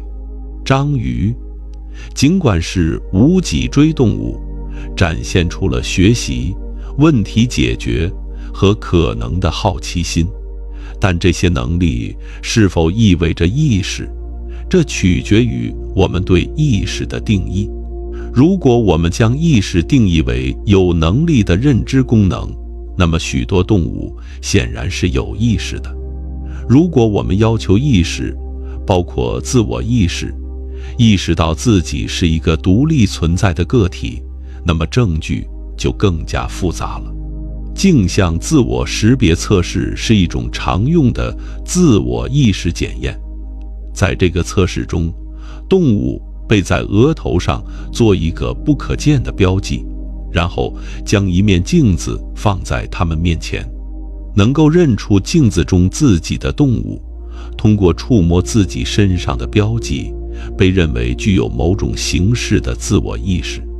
人类婴儿通常要到18个月左右才能通过这个测试。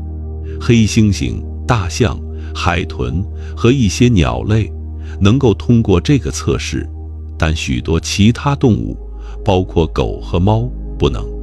这个测试的局限性在于，它可能测量的是特定的认知能力，而不是更一般的意识。也许有些动物拥有某种形式的意识，但不会用镜像来探索自己。或者也许镜像测试要求的自我识别能力与意识无关。一些研究者提出，意识可能是连续分布的，从极简单的原始意识，仅仅是对环境刺激的初级感受，到高度复杂的反思意识，能够思考自己的思想，之间是一个连续的光谱。不同的动物处于不同的位置。这个观点，泛心论的一个变体，认为意识不是二元对立，有或无，而是一个连续统。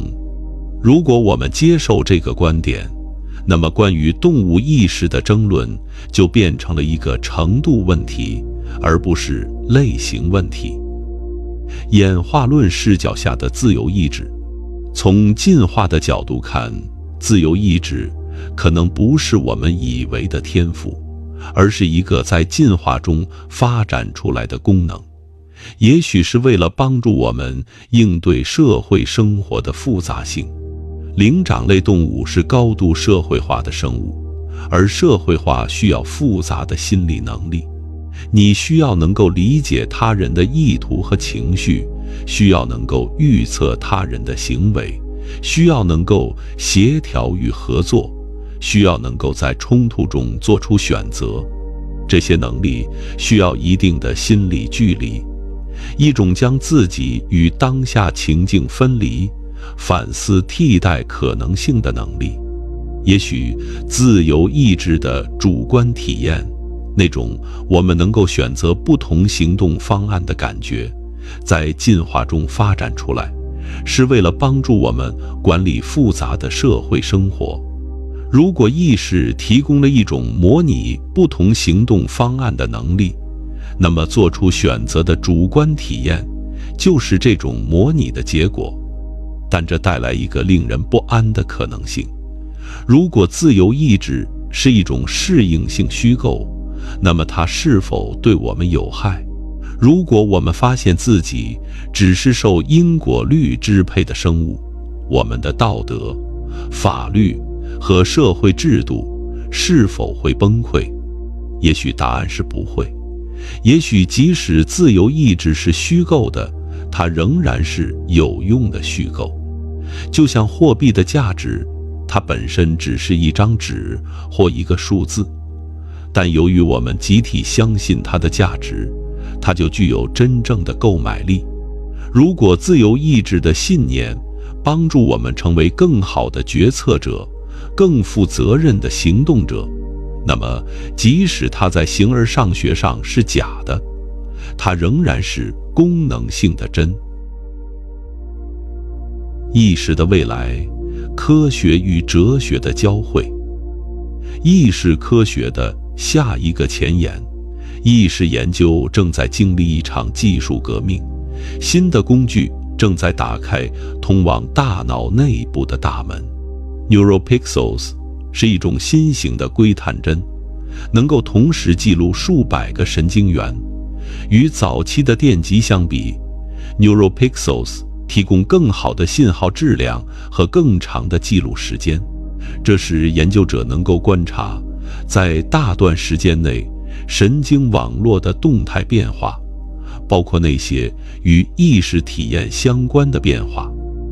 光遗传学是另一个革命性工具，通过基因工程，科学家能够使特定类型的神经元对光敏感，然后用光来激活或抑制这些神经元，这提供了对神经回路的精确控制，能够打开或关闭特定类型的活动，观察意识体验如何变化。Connectome 计划绘制大脑中所有神经元连接的计划，虽然目前只完成了线虫、302个神经元等简单生物的大脑图谱，但它代表了理解大脑结构的一个长期愿景。如果有一天我们能够拥有人脑的完整线路图，我们可能能够更清楚地看到意识是如何从这个网络中产生的。对意识障碍的研究也提供了重要的窗口：昏迷、植物人状态、闭锁综合征。这些临床状况代表了意识的不同状态，研究它们有助于我们理解意识的核心机制。统一理论的可能性。目前，关于意识有多个相互竞争的理论：全局工作空间理论、整合信息理论、预测加工框架，每个都有其优势和支持者。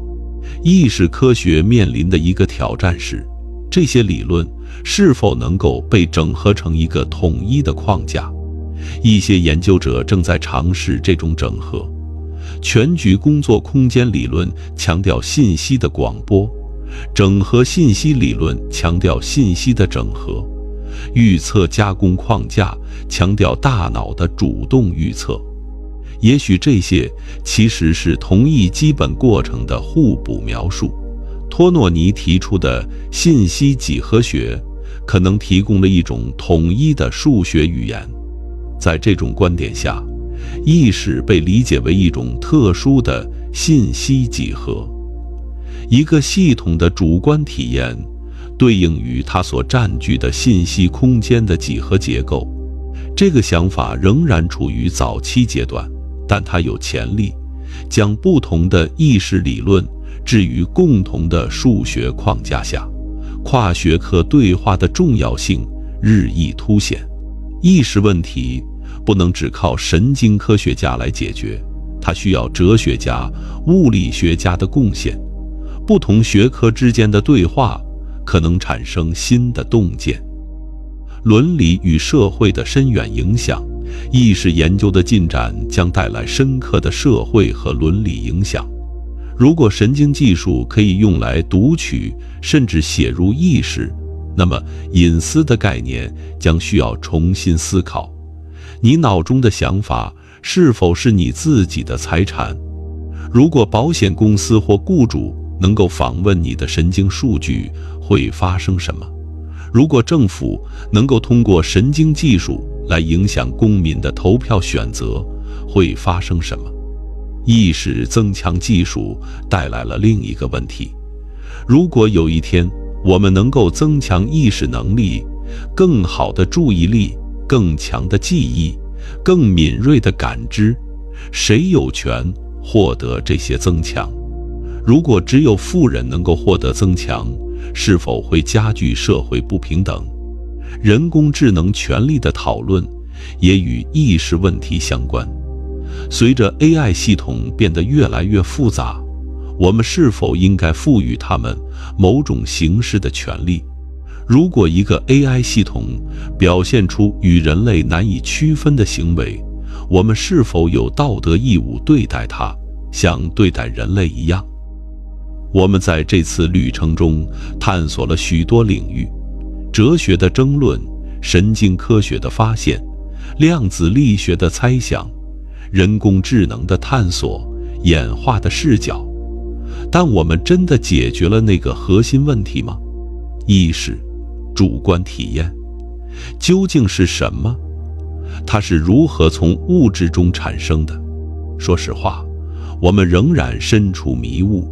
意识问题可能是科学和哲学面临的最困难的问题，它触及了我们对自身存在的最根本理解，而我们目前的方法和概念可能还不够充分。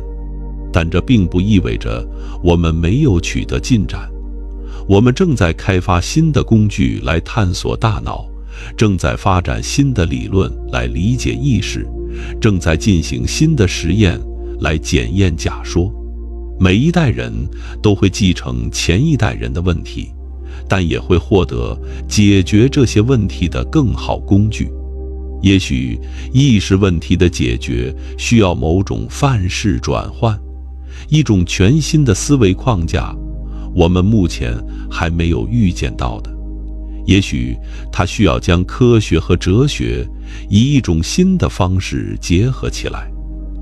也许最终我们会发现，意识不是一个可以解决的问题，而是一种需要活出来的智慧。